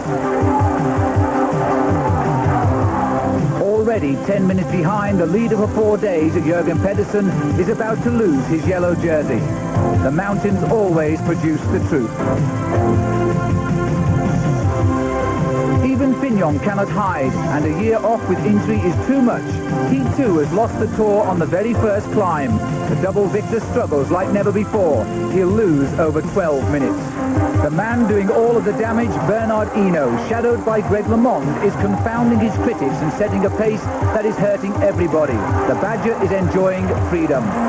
At the top of the Berdin-Curicetta, Hinault concedes to Robert Miller, but the first mountain of this Tour has made its selection, and Hinault is still the name. Behind the leaders are the stories of riders who struggled not to win, but only to finish. Up to this point, 30 of the 210 original starters had dropped from the Tour, and 2 Americans would be next.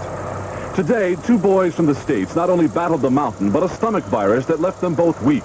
Doug Shapiro, on the right, finished his first Tour de France last year. But now, the 27-year-old who grew up in New York was struggling in vain. Enduring the same hardship, Shapiro's teammate and friend Chris Carmichael, whose first Tour de France will end here 1,500 miles from the finish line in Paris. It's been a brave new adventure for Team 711's first tour, carried on now by Olympic speed skating champion Eric Heiden. And also by the American who made Tour history on its 3rd day, winning a road race. Davis Finney, here recovering from a crash, fights back with the help of an unknown ally from within the crowd. But at the front of the race, how things have changed, and Bernard Hinault has stunned everyone by attacking and going ahead with Pedro Delgado, one of Spain's greatest climbers and a marvellous ally now. Hinault has left the great climbers gasping, Miller, Claude Quillion and Greg LeMond. Even Luis Herrera, the Colombian, who'd waited for these climbs to prove himself. How did LeMond feel now, hoping to set the pace? Again, the American is forced to follow in defense of Hinault. This great Frenchman never gives up. And off the mountain, he speeds towards Po, thinking of gaining as much time as possible on a day when the climbers should have contained him. No one expected such a bold attack here.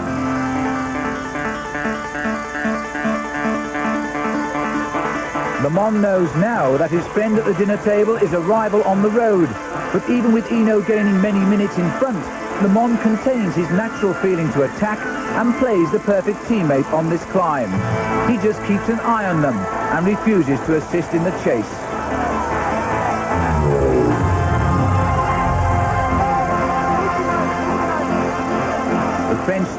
tandem have made an alliance. Hinault has told Delgado that he prefers to make the pace, and for Delgado to keep out of his way. This is a man trying to win the Tour, and LeMond doesn't enter in his thoughts. The American wants advice. No one could have expected Hinault would take a 5 minutes lead. These time gaps went out 20 years ago, when the Tour was won by hours, not minutes. Taking on water, LeMond has been pushed away from contender to that of a helper. Fully 2 minutes ahead. Two men, one from Spain, one from France. Joined by one common goal. Delgado and Hinault are stealing the day's race, and Hinault moves closer to the yellow jersey every second. Bud Light. If you just ask for a light beer, you never know what you'll get. Give me a light. Bud Light. Hey, thanks. So if you want the less filling light beer with the first name and taste, don't just ask for a light beer. Can I have a light? Bud Light. Bud Light. Because everything else is just a left. The eternal snows of the Pyrenees. These are the peaks that have for decades tested the true champions in the Tour de France. Bernard Hinault nursed along in his bout with an eye infection, which has done nothing today to slow his murderous attack. Greg LeMond, when his teammate Hinault left the pack, he left us all with a question. Has Greg LeMond's unwillingness to take risks today made him just another member of the pack? And what of Fignon? The two-time champion suffering on the climbs has virtually taken him out of the day's race. It's as if Hinault had grown tired of wearing his team jersey and was focused today on yellow. His lust for the jersey ultimately launched him out of the pack. Why did LeMond not follow Hinault's early move? Did he really think the Frenchman had taken a bad risk? And would Greg's decision here end any chance he had of becoming the first American to lead the Tour de France? At the summit of the highest climb, and the crowd barely notices Delgado, for his partner today is Bernard Hinault, who races to the chants of his name. Delgado offers Hinault a drink. It's the only bit of help he has refused all day. The partnership has been a profitable one for both men, and with the Frenchman's overall time standing, if they continue their 4-minute advantage, Hinault will be in yellow. Since 1903, the Tour de France has shaped people's lives. Pedro Delgado poses no threat to Hinault. He's already 8 minutes behind him on overall time.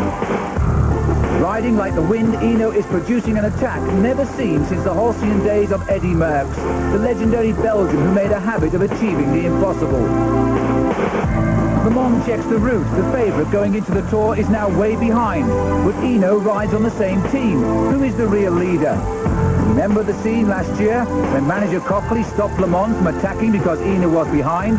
What's Copley saying now with the roles reversed?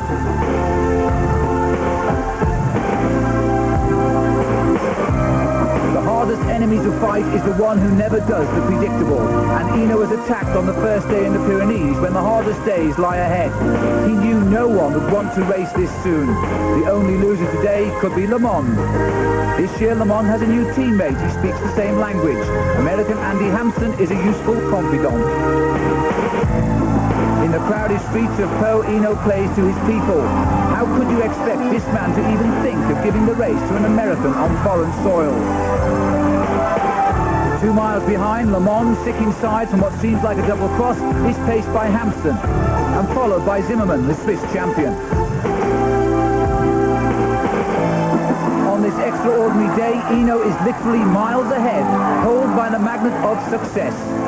And as Miller and Herrera struggle on the final small climb, they must wonder what is left for them in this race now. But LeMond can wait no longer, and with the show of aggression the French say he doesn't have, the American, driven by anger, fights back. At the finish, and watch Hinault in second place, who makes it obvious that he's giving Delgado the win. A personal thank you for the man who has helped Hinault into the yellow jersey. Delgado's breakaway now seen as brilliant, and Hinault's decision to join him even more so. Bernard Hinault had rolled the dice, and the risk had paid off. The decision not to join him was a costly one for the American. Greg LeMond, riding with Colombian Luis Herrera, waited too long to lift his tempo. And through the streets of Pau, LeMond's dreams of a Tour victory continue to evaporate. This is a man very familiar, very comfortable with the yellow jersey. Hinault has said he will retire after this year's race. His charge now is to hang on to the jersey through the rest of the Pyrenees and then the Alps.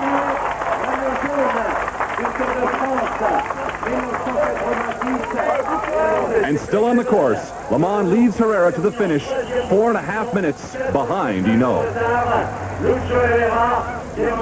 The Frenchman is not only in the yellow jersey, he's 5.5 minutes better than LeMond overall.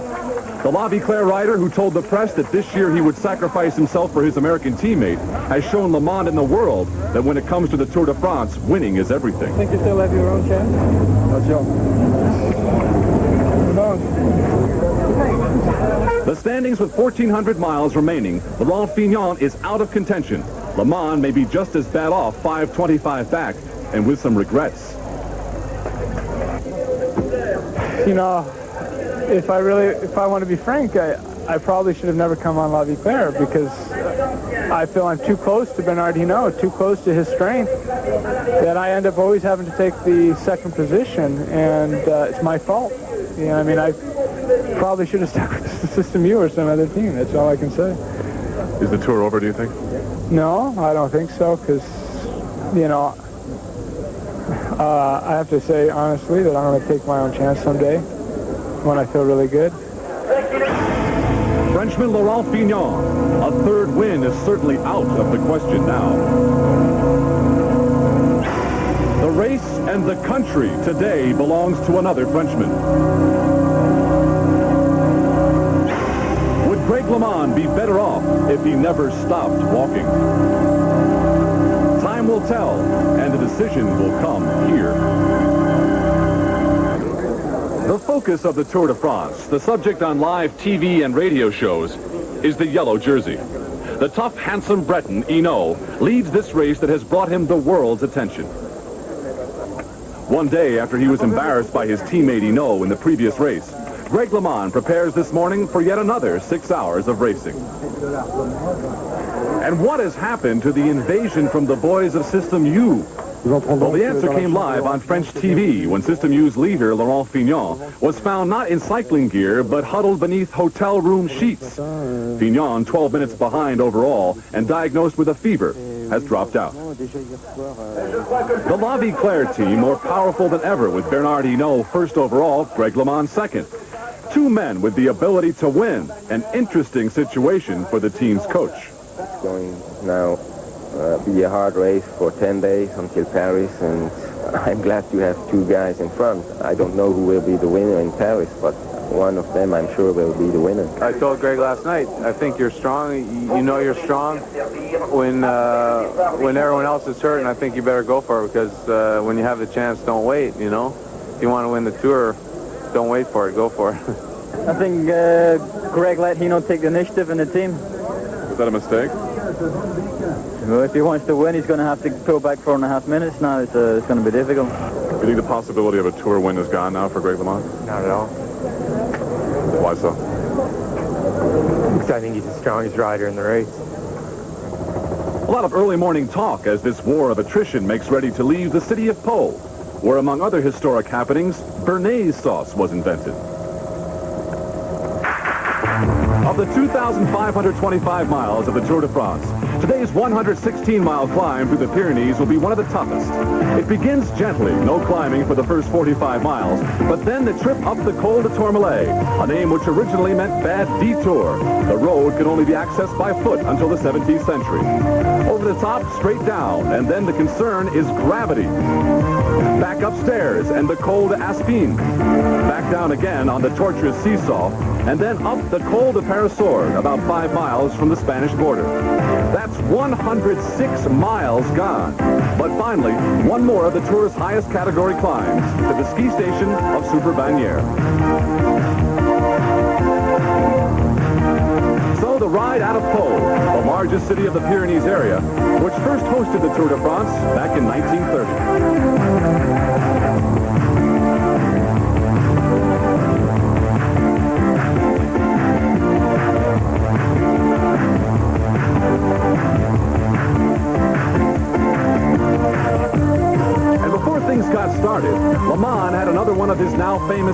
with the team car. Is that the confident smile of a rider who is 5.5 minutes behind? What's on his mind? In a normal situation, LeMond would be called upon to protect his teammate's yellow jersey. For for the team. Somehow it makes you feel like we've all been here before. A castle stands sentinel in the Pyrenees, hiding the secrets of the past. But what of the future? The day opens with a surprise. There's always the adventurers, and Dominique Arnaud, after only a mile, goes off on a lonely ride. A local man, 42 minutes behind, he has his chance. Above all, he's now the carrot for the chase. On the giant Col de Tourmalet, the riders ascend for 12 miles, and soon the climbers are back in their element. Arnaud has gained over 8 minutes, but with being 42 down, he's no threat. Hinault is now in yellow as again the climbers set the tempo. And LeMond is in no doubt he wants to win the Tour, but he has to think of a way to recover 5.5 minutes from his friend and rival. All of France, it seems, awaits the answer. A year ago, Arnaud was a teammate of Hinault and LeMond, but now he's in a Spanish team and near to Spain's borders. He has the distinction of being the first man across the highest road in the Pyrenees. The newspapers, by the way, are not to read. They go up under the jersey to keep the chest warm on the way down. With a face that shows the pain, Hinault has not succumbed to the climbers, but instead unnerves them all by riding in the front.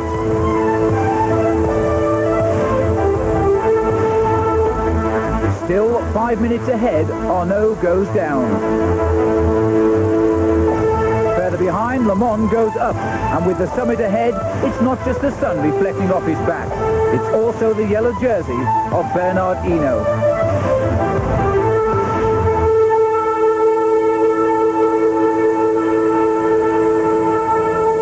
So this pack of team leaders heads up the Tourmalet, with one team soon to face some important decisions.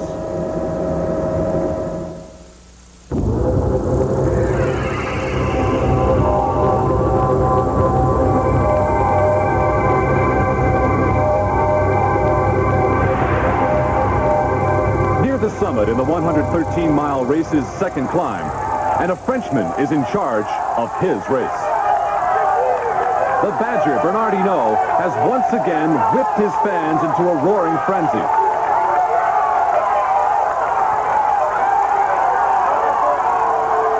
Here in this race that destroys mere mortals, Hinault is displaying his superhuman strength.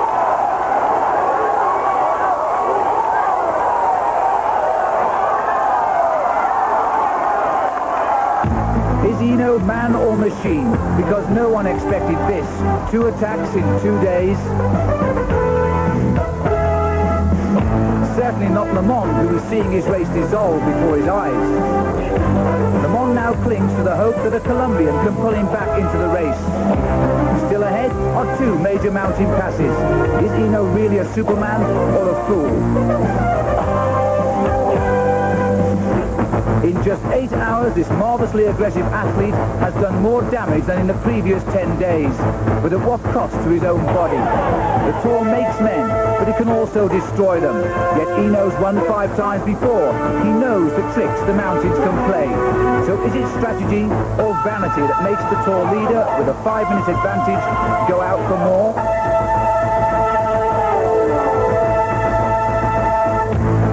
Over 2 minutes behind, the chasers regroup. Even they cannot work out what is in the mind of the Badger. Robert Miller and Greg LeMond keep tempo side by side, each knowing that sooner or later, one of them must attack and go after the man who doesn't know how to be second best.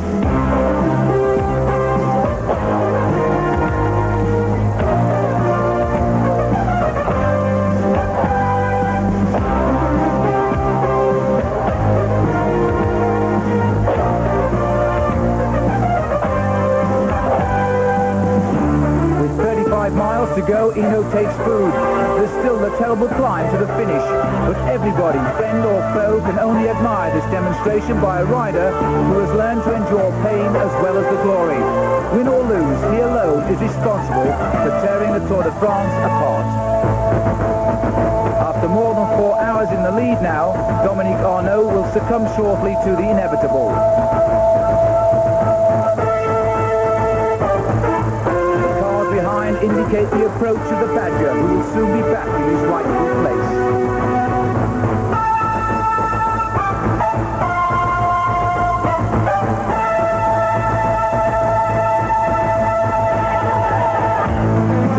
Behind being set by the Colombians, LeMond does not look like a rider suffering from altitude.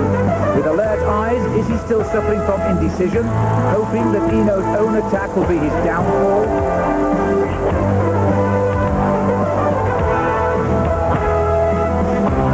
Further up the climb, Hinault is set to pounce, and after leading for over 4 hours, Arnaud will soon slip back from the lead and into anonymity.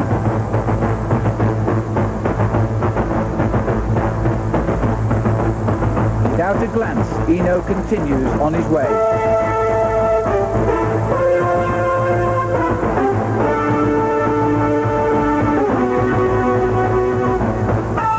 The pursuit behind is at 60 miles an hour.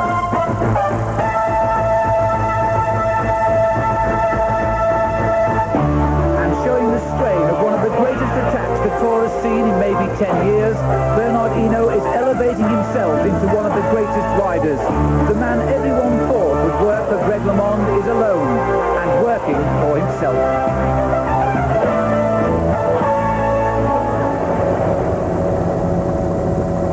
The ski station at Super Bagnères, the finish line for those who will make it on bicycles and those who will not. The last official vehicle in each day's race in the Tour is a van with a broom attached to the top. The broom wagon, its safe passage to the finish line for those who cannot continue. Every day, struggling riders try to escape the broom wagon, and their fans put together this bizarre relay to deny the ghoul on 4 wheels its wounded prey.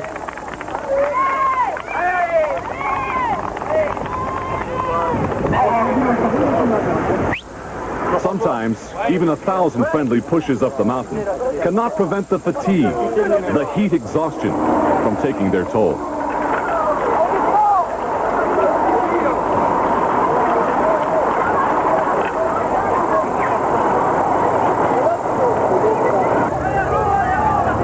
How can you possibly climb in the mountains for more than 6 hours, knowing that even if you finish, you're still 1,300 miles from Paris?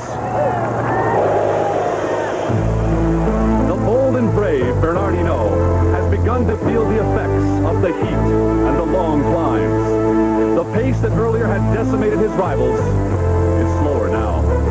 Behind him, a chase group has formed, including Greg LeMond. Hinault's time advantage is quickly evaporating.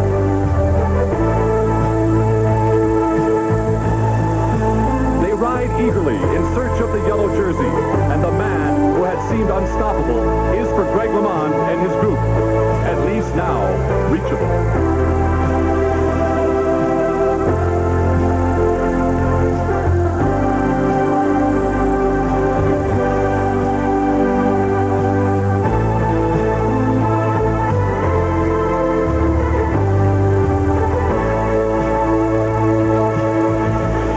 A weary Frenchman in yellow, an anxious American teammate beside him.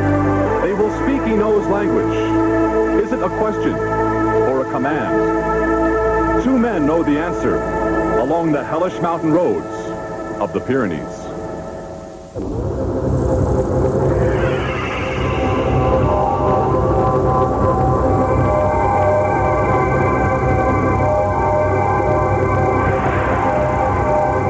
The final climb to the ski station at Super Bagnères. 10 miles to go, but it's straight up. Greg LeMond and his group, including Colombian Luis Herrera and Swiss champion Urs Zimmermann in red, have passed Bernard Hinault, but not left him. Zimmermann's overall standing makes him dangerous, and if LeMond waits for Hinault, the team could be without the yellow jersey. It's clear that Hinault has encouraged the American to leave him and continue the race with the others. Hinault's pace has grown dangerously slower, and he has been passed by yet another group, including another of his teammates, American Andy Hampsten. It's now LeMond with the responsibility of controlling the race off the front. Andy Hampsten, number 5, tries to stay with England's Robert Miller. Like Zimmerman, Miller is a threat to La Claire's yellow jersey, and if Hampsten can't slow him down, he must at least stay with him. Like a quarterback with no one to hear his signals, Hinault can only fight his fatigue and wonder how far he is behind all the action. Hampsten and Miller join LeMond's group at the front, and now watch for Hampsten on the left. All at once, another American is in charge of this race.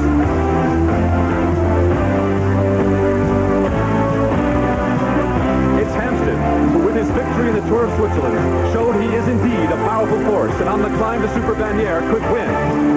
A bit of indecision in LeMond's group, and Herrera begins to falter.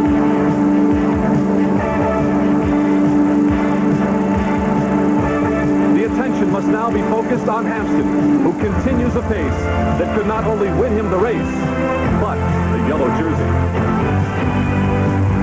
Finally, LeMond makes a move. Looks back for challengers, and there is none. LeMond goes off in search of Hampsten. Hinault uses teammate Nicky Ruderman to pace him up the climb, but he is a full 5 minutes behind. LeMond has caught and passed Hampsten and is alone at the front, and he now has a chance at the yellow jersey.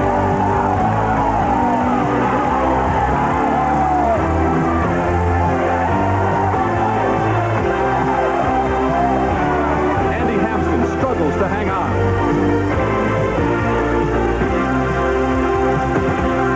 Nearing the summit, and a man whose last name in French means the world has a whole country on his side.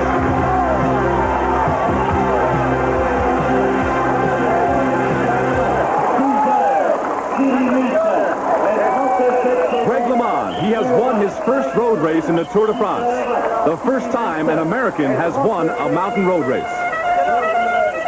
But the clock is still ticking. Coming into this test in the mountains, LeMond was 5.5 minutes behind overall leader Hinault. What happens behind him determines whether or not he will wear yellow.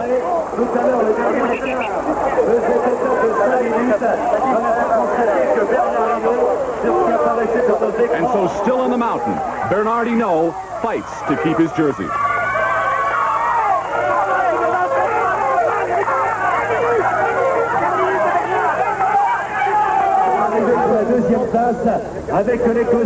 Back up top, LeMond has refused interviews and is only concerned with what's happening with Hinault.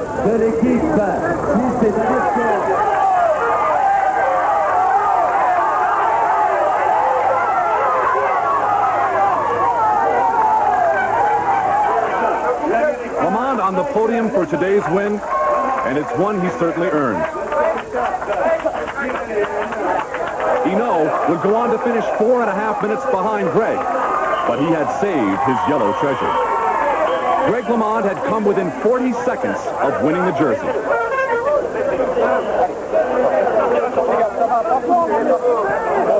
I'm confident that I can do it. The Tour de France is a race unlike any other race, and you're being attacked every day, and I just hope I never have a bad day in the Alps. That's something that can happen. The standings after 13 days, 2 Americans in the top 6. That's never happened before. And LeMond is 40 seconds away from making more history. All bets are off as to the winner in Paris. The daily ritual of administering the yellow jersey, enjoyed by Hinault. How long will this last?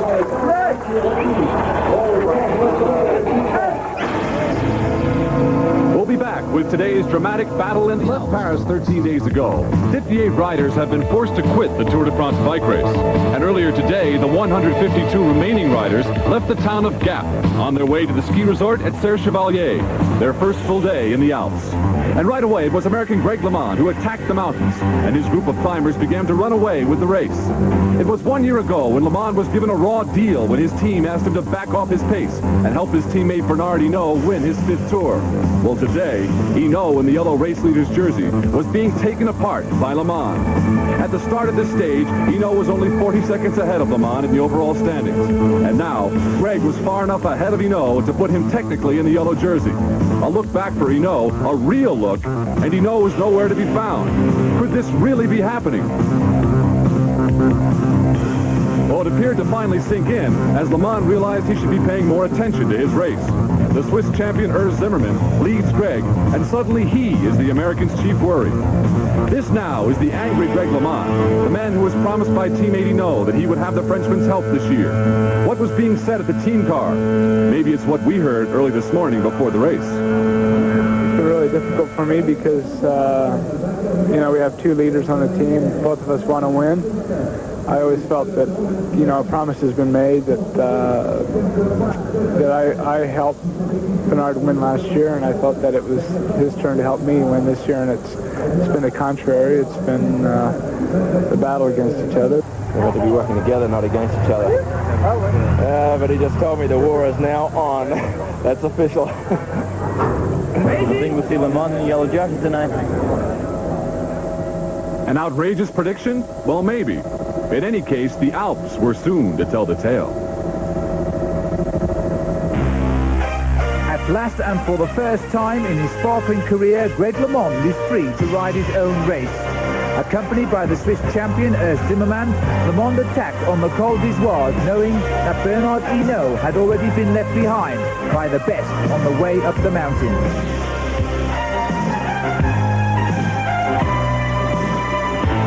Finally, everything Greg LeMond has promised is coming through. The American who made Europe smile when he said he could win the Tour de France now has the last lap.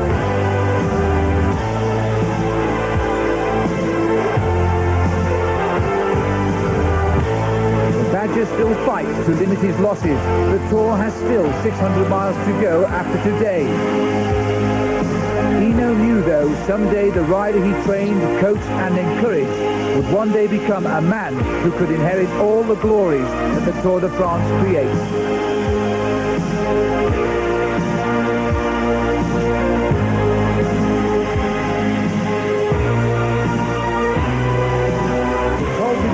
Towers above Briançon and climbs 7 miles to nowhere.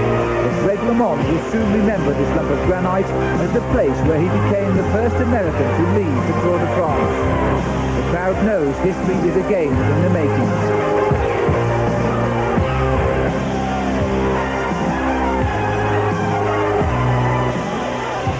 Hinault is beaten today, but he has helped make LeMond the champion he always knew he was. Even in defeat, Hinault has every reason to feel proud this day, as all America should. Greg LeMond has only to cross the finish to become the first American to lead the race in a history that goes back 83 years.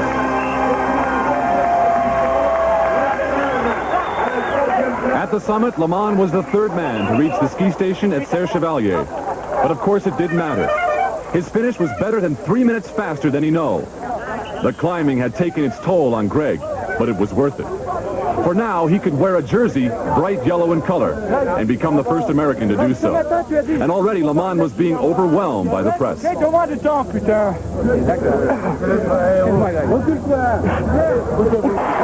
Bernard Hinault, his yellow jersey would soon be gone. And now the historic moment. Greg LeMond in yellow. The blonde-haired, blue-eyed bike rider from Nevada was now leading the greatest bike race on Earth.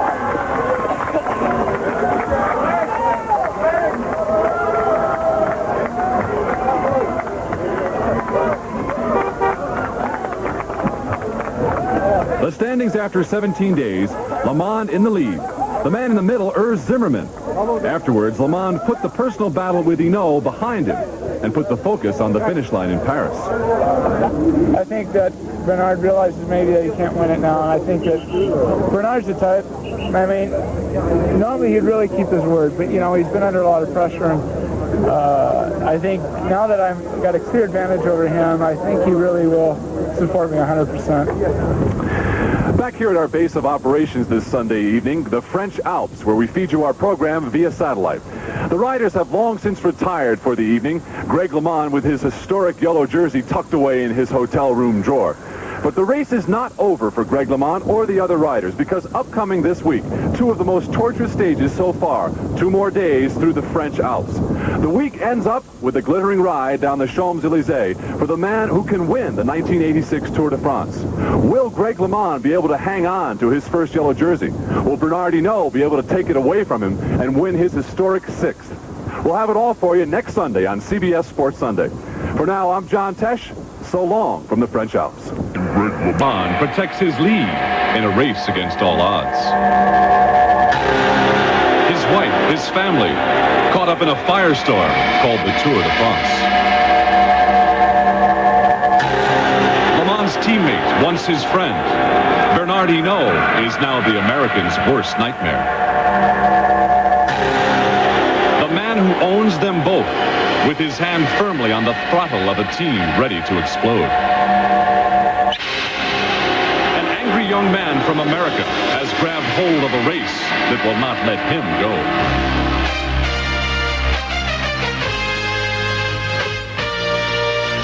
This is a race that has for 83 years brought the world's very best to meet the test of the Tour de France.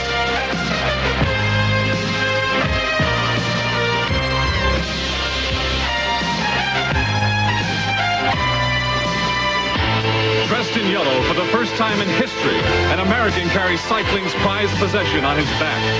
Greg LeMond has arrived and is beating the Europeans at their game. But riding in his way is a man who had pledged to help him win his first Tour. 5-time winner Bernard Hinault has let it be known he is off in search of a record 6th victory. Since it all began July 4th, their journey has taken them all over France's most beautiful countryside. 2,525 miles for 24 days.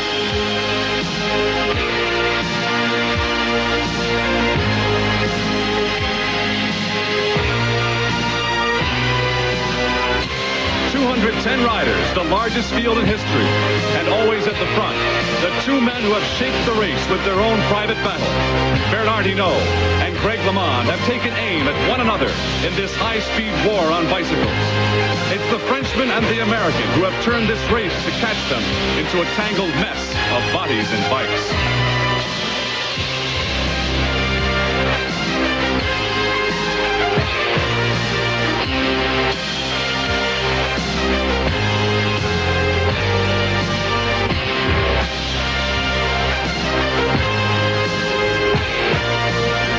Today, they crown the champion of the Tour de France.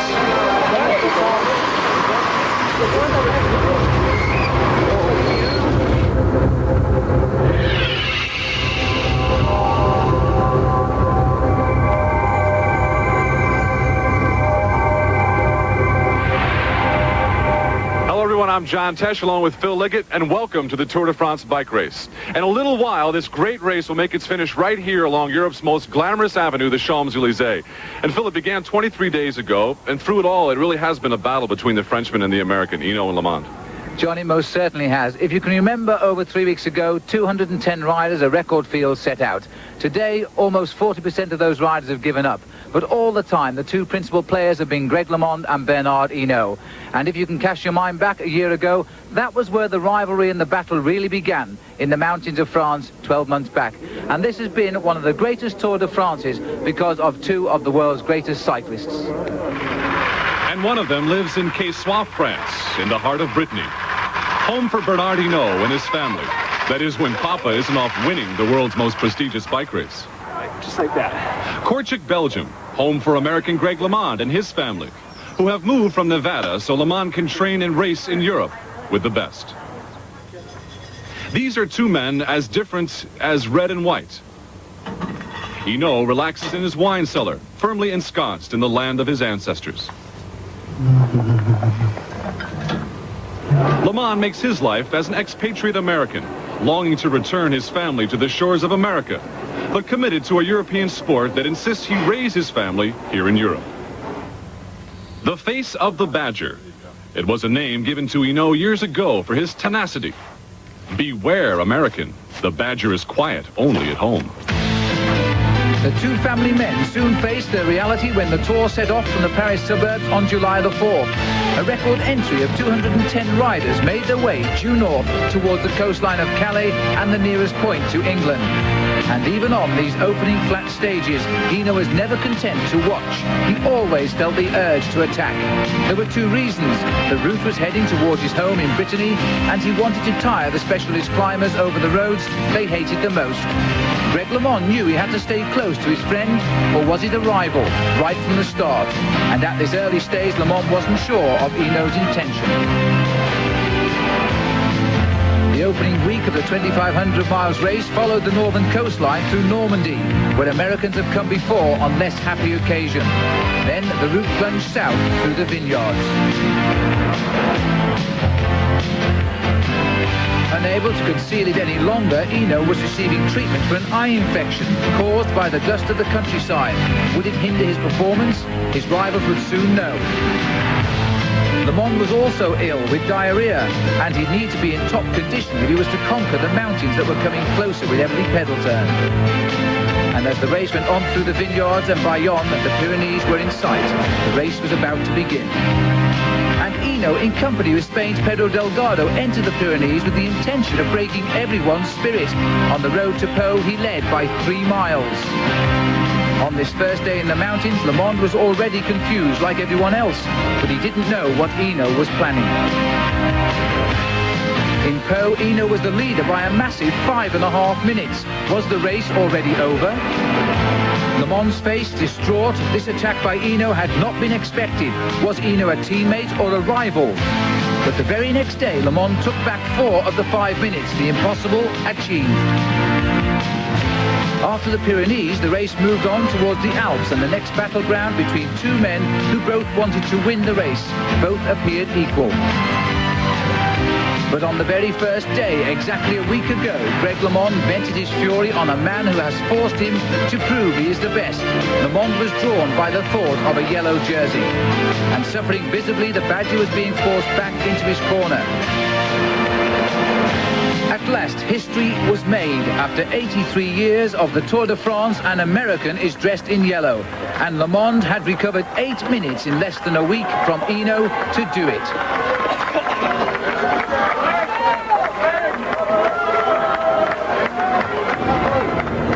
And so it was last Sunday that Greg LeMond stood in the yellow jersey. But still, one more week of racing remaining through the Alps and a crucial time trial.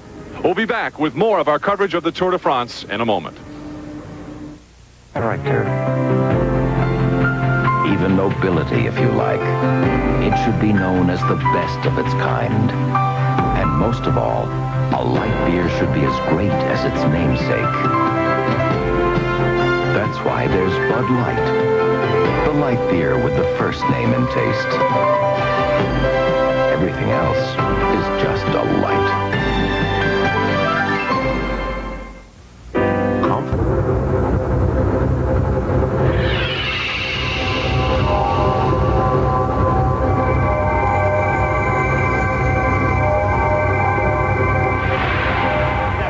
Hinault in the sunglasses, Greg LeMond behind him, and on the left, the boss. His name is Bernard Tapie, and he is the man responsible for the La Vie Claire Dream Team of cycling, which, by the way, cost $3 million to run this year. La Vie Claire, the clean life, the name given Tapie's chain of health food stores. In a society where white bread, wine, and sauces extraordinaire dominate the dinner table, Tapie's investment in the health food enterprise was a bold one. But then so were the investments in the other 44 companies he owns. So why not write a book about it all? Winning. And why not star in your own TV commercials? Tapie, vanquishing all those who would challenge. And a symbol, really, of the new France.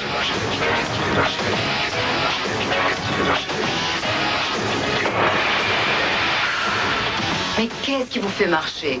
Moi, je marche à l'avant d'air.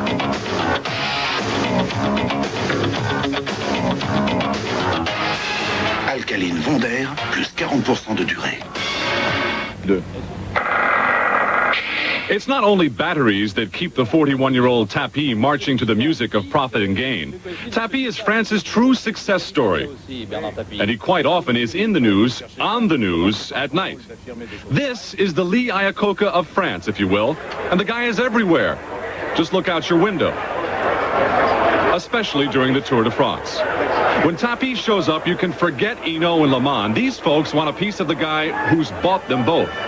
It was Tapie who brought LeMond and Hinault together. What a perfect match, the talented young American and the legendary Frenchman. Last year, Tapie's Franco-American cycling tandem had the press in a photo-opportunistic frenzy. Smiles all around, most of the time anyway. Here at the Tour, France's Lee Iacocca becomes cycling's George Steinbrenner, master of the bike racing universe. Planning, scrutinizing, orchestrating. Nothing escapes Tapie's glance. And no one misses a chance to watch the man who has done much to shape the modern-day Tour de France with his partner par excellence, Bernard Hinault. Involved? Yes, the boss gets involved. And in the cycling world, that means sticking your head out of a moving vehicle to shout at your coach. It's the powerful Tapie who prides himself on putting together this French team led by Bernard Hinault. For in the minds of the French, Hinault will always be number one, no matter who rides on his team. And where has that left Greg LeMond? If I want to be frank, I probably should have never come on La Vie Claire because I feel I'm too close to Bernard Hinault, too close to his strength, that I end up always having to take the second position, and it's my fault. Well, during the Tour, Tapie was asked on the news if it wouldn't be better for LeMond to win the Tour so Tapie could get added business exposure in the States. Hinault est beaucoup plus connu que Greg LeMond aux États-Unis. Par conséquent, ça serait mieux pour nous sur le marché américain si c'était Hinault qui gagnait. It would be better for our American market if Hinault wins. Well, the time for arguments is over. Here in the Alps, there will soon be enough more important questions answered in the Tour de France. It's day 18 and time for the race to Alpe d'Huez. Bernard Tapie is on hand. It's clear that if Bernard Hinault is going to make his move on LeMond, it will have to come here. Hinault has two choices, attack Greg LeMond or help him keep his yellow jersey. The American has spent his first full night in the yellow jersey, and he would like some team support.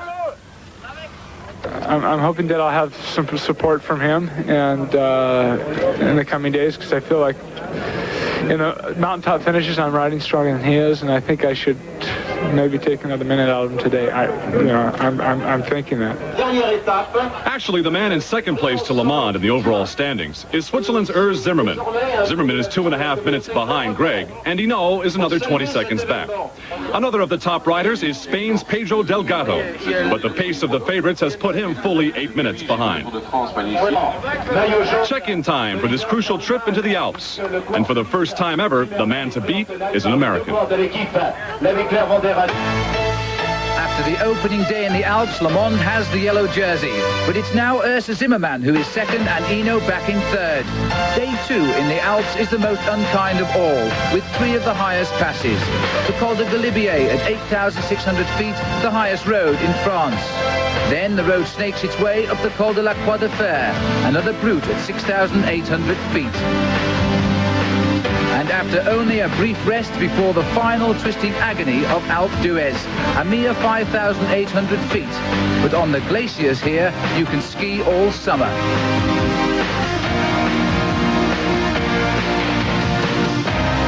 Packed together, the field head off into the belly of the Alps, not knowing what the day will bring.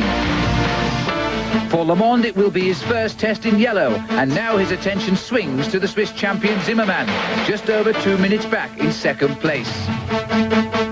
Zimmermann is now the biggest threat to the yellow jersey, but not far behind lurks the Badger. Is he thinking while he rides he can profit from the attention paid the other two? If they watch each other, perhaps Hinault will be able to slip away unnoticed. The mountains will hold the answers to these questions, and the spectators wait for the secrets to unfold.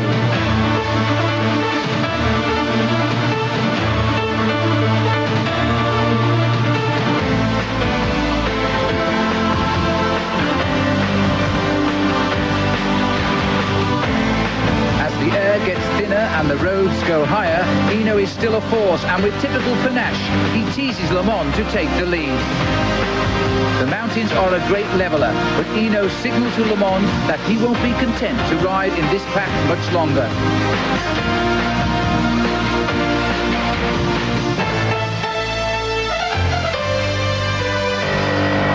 Bernard Eno is like a time bomb ticking. The man who has won this race 5 times. The only question now is when is he set to go off?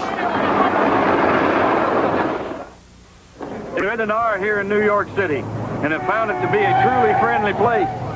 Hey, buddy, why don't you watch where you're going? Look where my truck is right over here. Where else could you be for such a little while and still have people already think of you as a buddy? Well, that just proves that warm human feelings are the same everywhere, including the appreciation of true quality in a wine cooler. We'll keep you posted on how the Bartles and James sales are going, and thank you once more for your support. Switzerland's Urs Zimmermann is a rocket on the high-speed descent in the Alps. Coming into the race, Zimmermann was 2:24 behind LeMond and displays his unusual technique for playing catch-up. The climbers have now become daredevils, and the pace of the race has been dictated by how much risk one is willing to take. Strung out over miles, the pack of 143 takes on the look of a giant pinball machine run wild.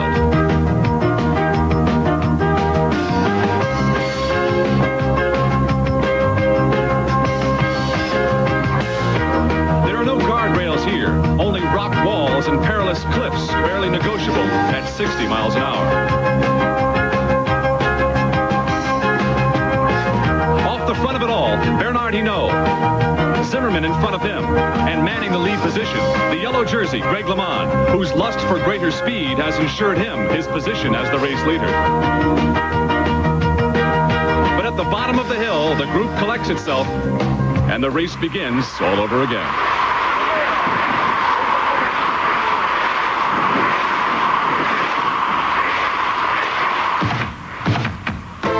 And while Greg LeMond rides close to Urs Zimmermann, the bomb explodes, and Bernard Hinault launches into the attack. Pedaling a gear that many riders would use going only downhill, the Frenchman shows his real strength. It's left to Zimmermann to chase, but will LeMond help?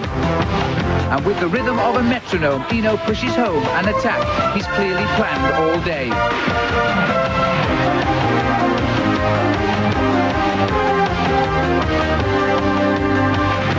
LeMond plays the perfect teammate and rides behind Zimmermann. But what's he thinking? Surely he remembers the road to Po a week ago when Hinault won the day by over 5 minutes. That margin now will cost LeMond the Tour. Zimmermann is now sandwiched between 2 teammates. The Swiss rider is in isolation and tiring. While Hinault speeds ahead, LeMond takes advice from his team car. And despite Hinault's attack, LeMond seems strangely tranquil. Hinault, free again from the field, rides like the wind. His immediate ambition now is to gain time, and lots of it.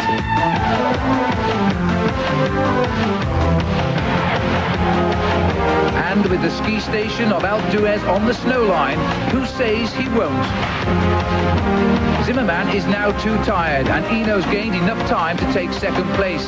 His next target will be the yellow jersey of Greg LeMond. And do you think Greg doesn't know that? Taking food on the move, the break is made, and Hinault settles into his rhythm. But a glance over his shoulder, and Greg LeMond is no longer with Zimmermann, but stimulated by the most coveted symbol in France. He joins Hinault on the attack, helped by his Canadian friend Steve Bauer.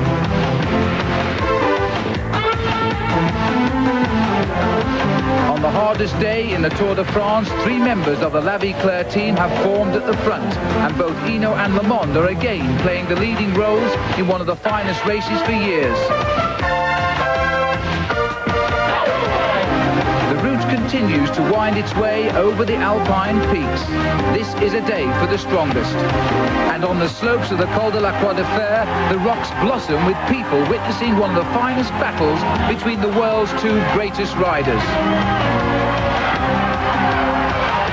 Swept aside by a private feud, Zimmerman knows dreams of being the first Swiss winner in 35 years are gone. While Bernard Hinault and Greg LeMond have proved beyond all doubt that they have no equals in this race.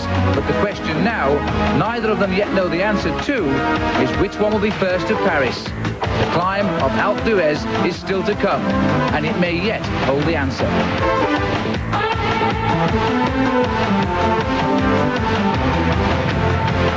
With a 4-minute gap already open today, these two men no longer have any other competition except each other.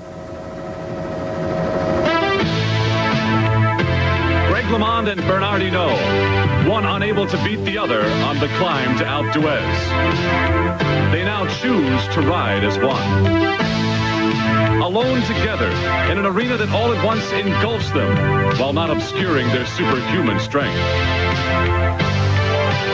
The roaring gauntlet greets these men, each of whom wants to win the Tour de France. But neither can do it alone. It was 1 year ago when LeMond helped Hinault win his 5th Tour. And later, LeMond, who burst into tears after realizing his unselfish act, cost him a chance at winning the Tour de France. And it was a bruised and broken Bernard Hinault who, after having his yellow jersey saved by the American, pledged to help him, to be his willing team ally in this year's race.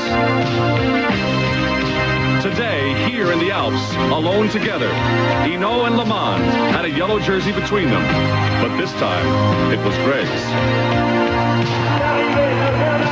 And maybe it was gratitude, maybe a newfound friendship that carried the two across the mountaintop finish line, arms raised after obliterating the rest of the competition. Hinault received the official stage win, but it didn't matter because LeMond retained the yellow leader's jersey. No one knew quite what to make of what had happened on the way to Alpe d'Huez. But one thing was certain, Bernard Hinault was now the one and only challenge to the yellow jersey. The standings after 18 days looked like this. Hinault 245 back. LeMond's teammate behind him. Reason enough for Greg to be pleased before the next race. That was not the case. I worry about it. I tell you, I'm very paranoid. And, I tell you, I've had sleepless nights the last couple of nights. I'm praying that everything goes well. It's sad that I'm here. I'm winning my first Tour de France, and if I was any other rider, not an American, it wouldn't even be a question I'd win. Because there's still a question. LeMond's paranoia not unfounded. The morning headlines. Hinault declares the Tour is not over.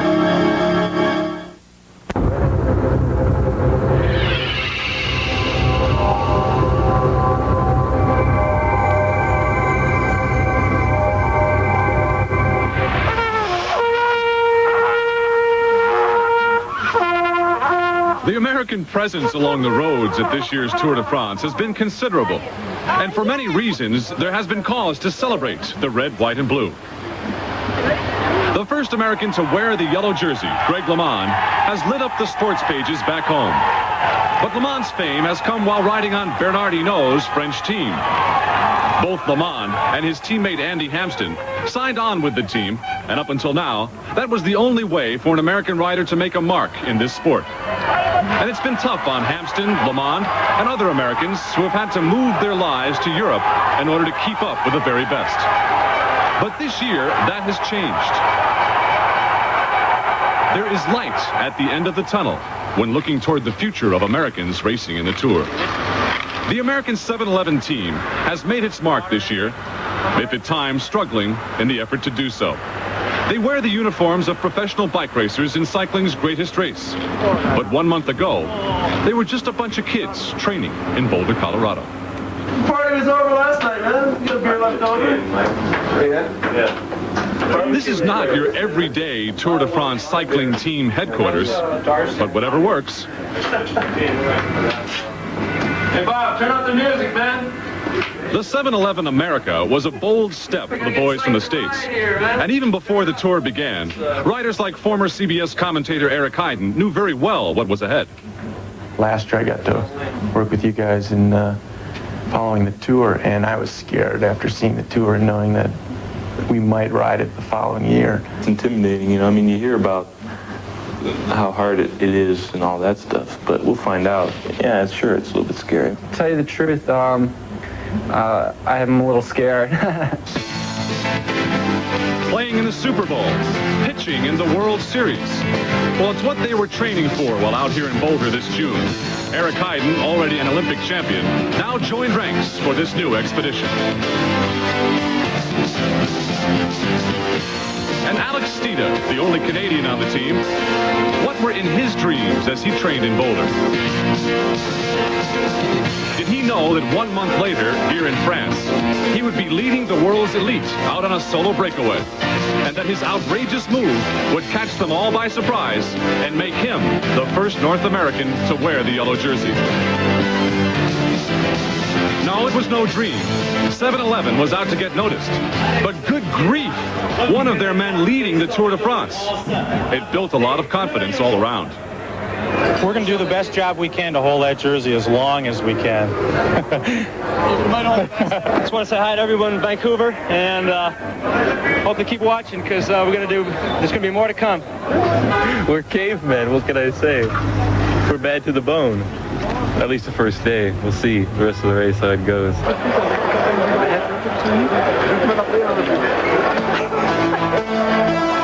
If life seems almost livable in your first Tour de France, stick around. Things have a way of falling apart rather quickly. And the Americans' trouble began in the team time trial.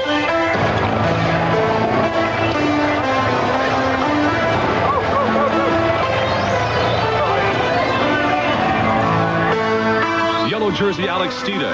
A few hours in the Golden Fleece feels good. But it's a fickle prize indeed.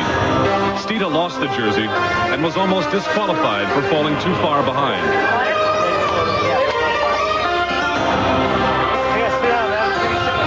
It wasn't that 7-Eleven was worse off than any other team.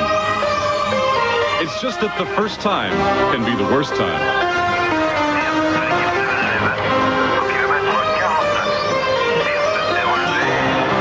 When the race hit the mountains, Olympic champion Alexei Greywall spent time at the front of the pack with the leaders, while his compatriots Chris Carmichael on the left and Doug Shapiro on the right suffered on the climbs with stomach viruses and eventually had to abandon the race. Even Greywall, who had stayed near the front, had enough of the race and those around trying to record it. Greywall was trying to finish each day's ordeal with a case of bronchitis, and it finally was just too painful. Chased and haunted by the ghoulish broom wagon that threatened to scoop him up, Alexei Greywall finally gave in and gave up on finishing the Tour de France.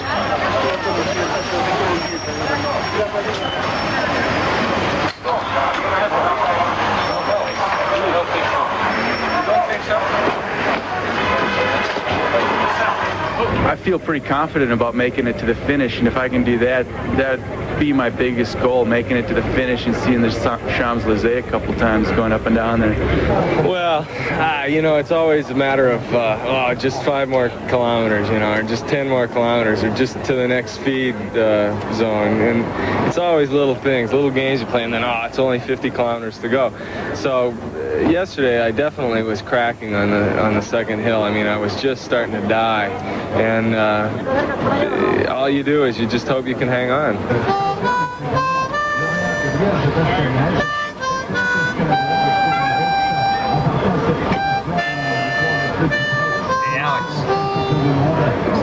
You swear to God you can't make it to the top, but somehow you keep struggling over, and it's just one of those things where you got to survive, and the hills are really steep. For Eric Heiden, the tour continued in the Alps at the back of the pack, but only with the help of those who refused to let the mountain beat him. Heiden was faltering badly, and like a relay team, they passed him along, one to the other.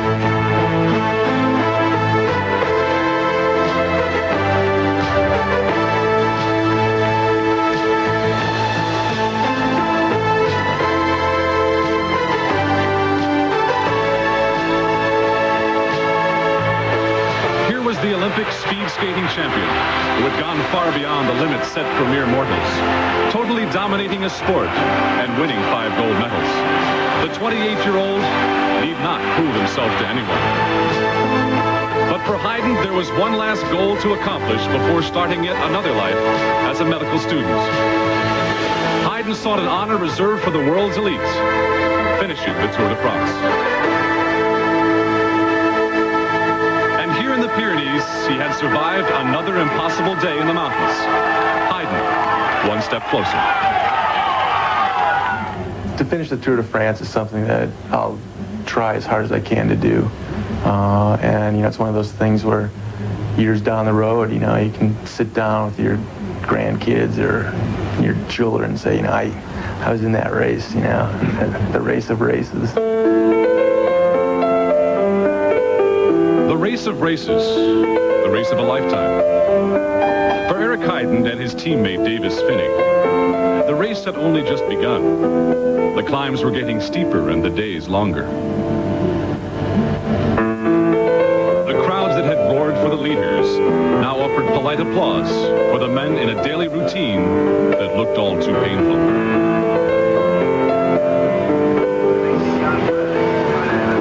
On day 15, Davis Finney crashed, severely bruising his hip and fracturing his wrist. Now it was time to quit, certainly.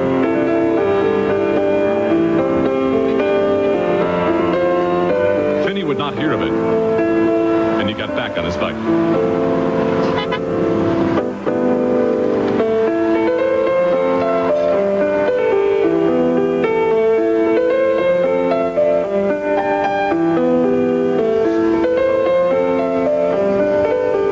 But the pain finally exceeded the will to win.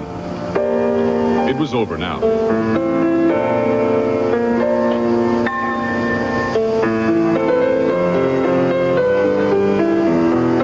So Davis Finney's number joined the long list of broken dreams in the Tour de France.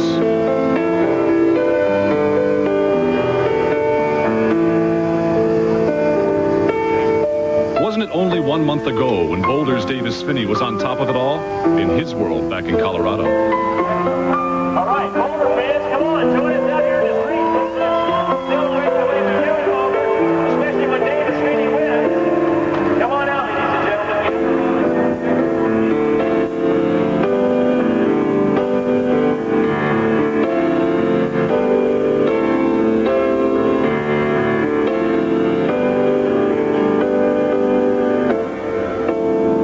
I really never appreciated it until I wrote it. And so, I mean, now here I am lamenting, you know, thinking back about all these memories, and I just wish I could think forward to tomorrow's race. That's really all I wish I want to do. One day later in the Alps, there was another call for the ambulance. It was Eric. He had crashed during a descent and had struck his head. It was, for all of us, a frightening moment. Hayden was hallucinating, and he did not recognize his close friends. It was later discovered that Eric had suffered a mild concussion. There'd be a night in the hospital for observation, but he'd be all right. The race was over, though.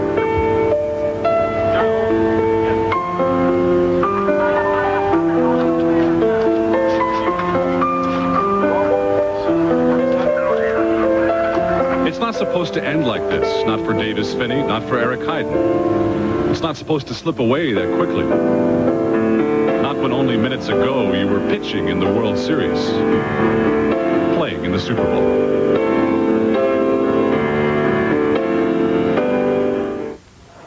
Ed's book on advertising says the consumer will remember your TV commercial better if it has a memorable visual device.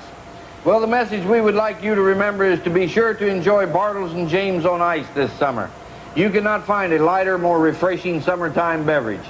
As for the visual device, Ed says you will probably be able to figure that out all by yourself. So once again, please remember Bartles and James on Ice. And thank you for your continued support. Motor Speedway, the the starting house for the last time trial in the Tour de France. Bernard Hinault has announced he will try to beat teammate LeMond here and now. Because he's attacked me from the beginning of the Tour de France. He's never helped me once, and I don't feel confident at all with him. So. Greg LeMond's friend and ally now exists for the American as the enemy. Hinault's hunched frame on the time trial platform. Is this truly LeMond's nemesis? You know, you never know what can happen. I can crash flat. So I feel really strong. I don't think there should be any problem. In his world of meditation and isolation, the Badger is perched to lay waste to LeMond and the Tour de France.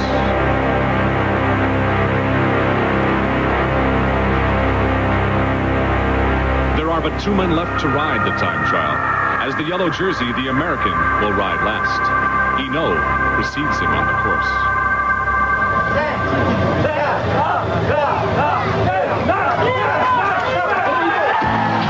If Hinault has any hope of beating LeMond, he must do it here in his speciality. After all, Hinault has won 20 of these special time trials since he first rode the Tour in 1978. 3 minutes later, Greg LeMond enters the start house, and for the first time in his life, he's last to begin, because he leads the Tour de France. Hinault has the chance to give his answer. Can he beat LeMond by enough time to bring victory in Paris, or will his tour end here? One way or another, the individual time trial will tell us the truth. LeMond knows too, he sits on the brink of stardom or disaster. Hinault wants so much to win, he pushes himself to gain precious time, and on a difficult narrow bend, he almost crashes. But in any case, the delay, if not the crowd, will cost him a couple of valuable seconds. Last year, LeMond beat Hinault by just 5 seconds in the Tour's final time trial. He knows he can do it, and above all, he wants to prove, especially to the French, he's a worthy wearer of the Golden Fleece. Hinault fights like a wounded animal. His pride is hurt, and in his own garden, he wants desperately to show he's the best. Pedaling at 35 miles an hour, LeMond seems to be having trouble getting his rhythm. He adjusts his shoe position. By using all of the road, Hinault is as smooth as ever, spurred on by his threats to beat LeMond by perhaps a minute.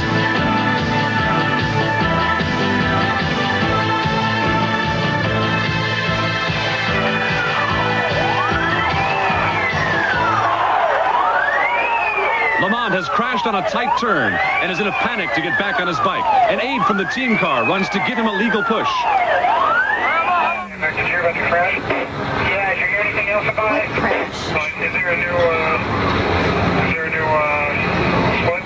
What crash? Yeah, because that's why... Greg's wife and mother were watching live French TV, which at the time was not covering Greg.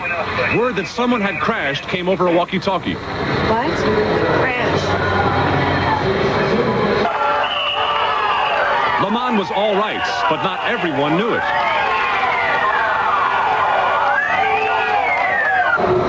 Can't be, Greg. Just can't be. Is there a crash with Greg? No, we can't, no. But he's all right, he's all right. What happened? Oh, what happened? What do you mean he's all right? What? Crash between kilometers 30 and 40. He's all right. But is he still riding?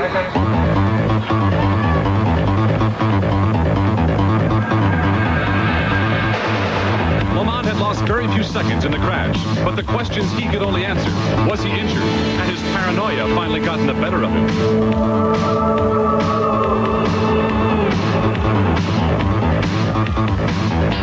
Up ahead, Hinault continued to pedal away, and at the halfway point, the two were roughly even.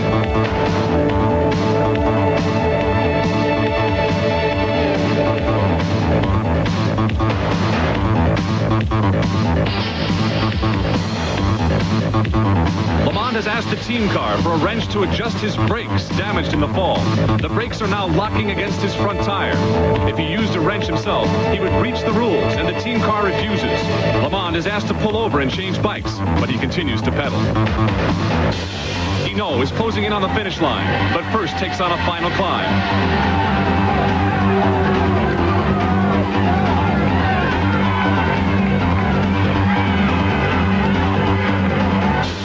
LeMond finally gives in and agrees to a bike change, losing more time. Is this now the nightmare LeMond had anticipated?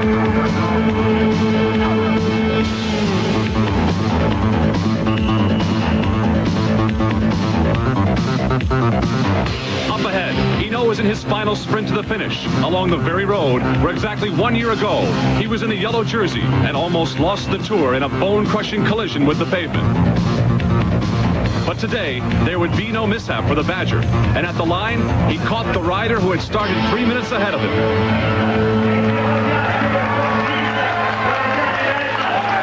Hinault had set the day's fastest time. This tough, handsome Breton with the nerves of steel had turned in the race of his life and the ultimate challenge to the man in the yellow jersey.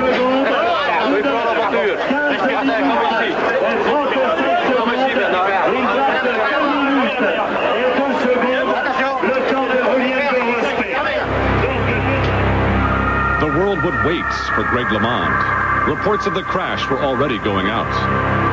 Hinault had beaten his nearest competition by over 2 minutes. The world would wait and wonder about the fate of the American in yellow.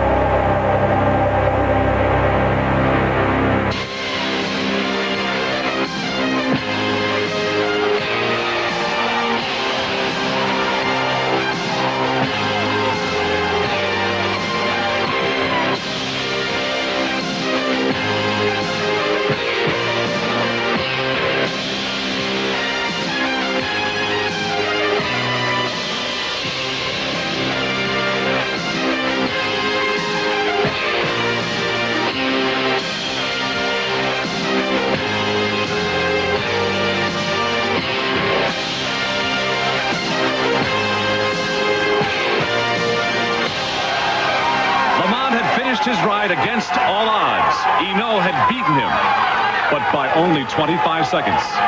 The American would still be in yellow.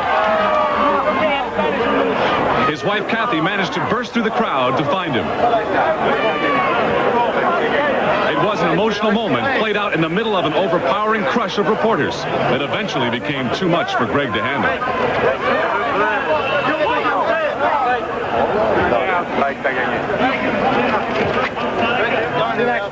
Laissez-le respirer, appuie-toi là.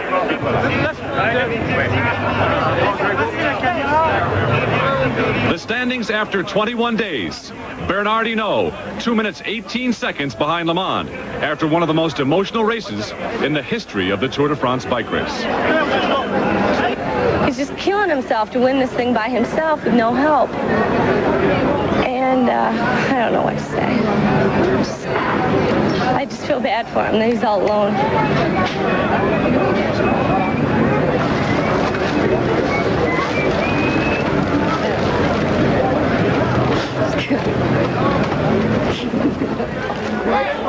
You would be hard-pressed to find a cyclist wearing the yellow jersey not wearing a smile this late in the Tour. LeMond was an angry young man indeed. The Tour is over. We won't fight each other anymore. Hinault's statement at the post-race news conference conceding the Tour de France to the American. It's been a very bittersweet victory. I wish I could be.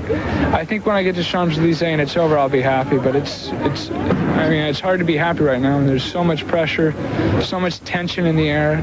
It's been difficult. Paris. The grand prize awaits Greg LeMond. Bud Light. Oh, the chili.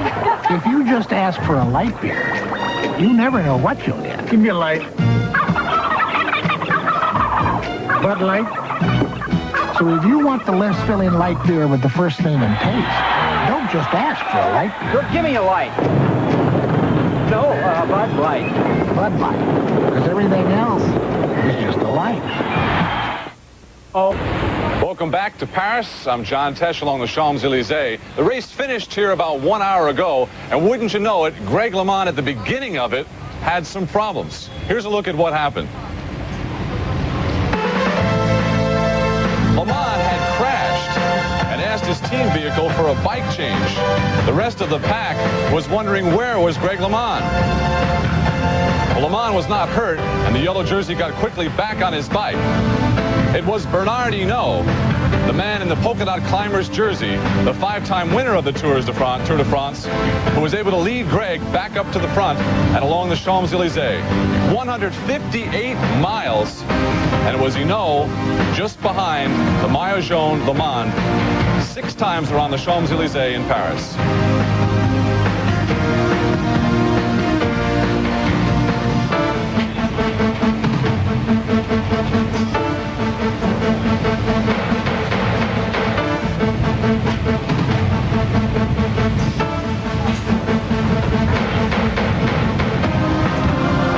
With 210 cyclists, before it was all over, 40% had to abandon, to drop out of this great race.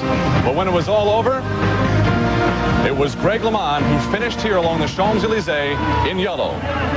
The first American to win the Tour de France bike race. Andy Hampsten finished 4th. The best American on that 7-Eleven team, Bob Roll, 63rd place. Well, Greg LeMond just left us here. He had to go to a team meeting with the mayor. Here's what he said when we talked to him. Greg, congratulations. There was a time when we talked a few days back when you didn't think you'd be able to make it down the Champs-Élysées. There was so much turmoil. Are you still angry? No, I've gotten over it, but there was so much tension in the air between me and Hinault, and it was only normal that I had that much. I mean, there were several times he wasn't quite frank with me, and I wish he would have told me what his plans were. And had he told me out in the open that he wanted to win the Tour, I would have approached the race completely different, and I wouldn't have been so nervous. It looked to me like the French have finally accepted you as a true champion. The last few days there, we weren't hearing Hinault anymore. We were hearing LeMond. Yeah, because I think in the time trial, I proved that I really should have won the time trial without my crash on my bike change. And the time trial is really what we call the race of the truth. I mean, there's no team tactics. There's nothing involved. It's just the strongest guy wins. And it came at the end of the Tour de France when that's the truest test of all, at the end of the Tour de France. Well, I want one last question. Truly, how excited are you about winning? It hasn't even sunk in. I mean, it's like, I don't know, it's like combining World Series, Super Bowl, everything into one thing and winning it, and not even, I mean, there's so much going on right now, so much press, so many people that I have to get back into my homeroom with my wife and sit back and think about it before I even realize what I've done. It was great to see her unparalleled support of you, too, throughout the tour. Yeah, I know, she's my biggest supporter. Congratulations again. All right, and good luck. We'll see you here next year. Back here live in Paris, and again, my congratulations to Greg LeMond. It's time to draw to a close my 4th Tour de France here on CBS Sports. There are a lot of marvelous people who worked very hard to bring you these shows, and I think they did a marvelous job. I embark on a new adventure now, leaving CBS Sports. I leave you in their hands, very capable people. So long for now. I'm John Tesh.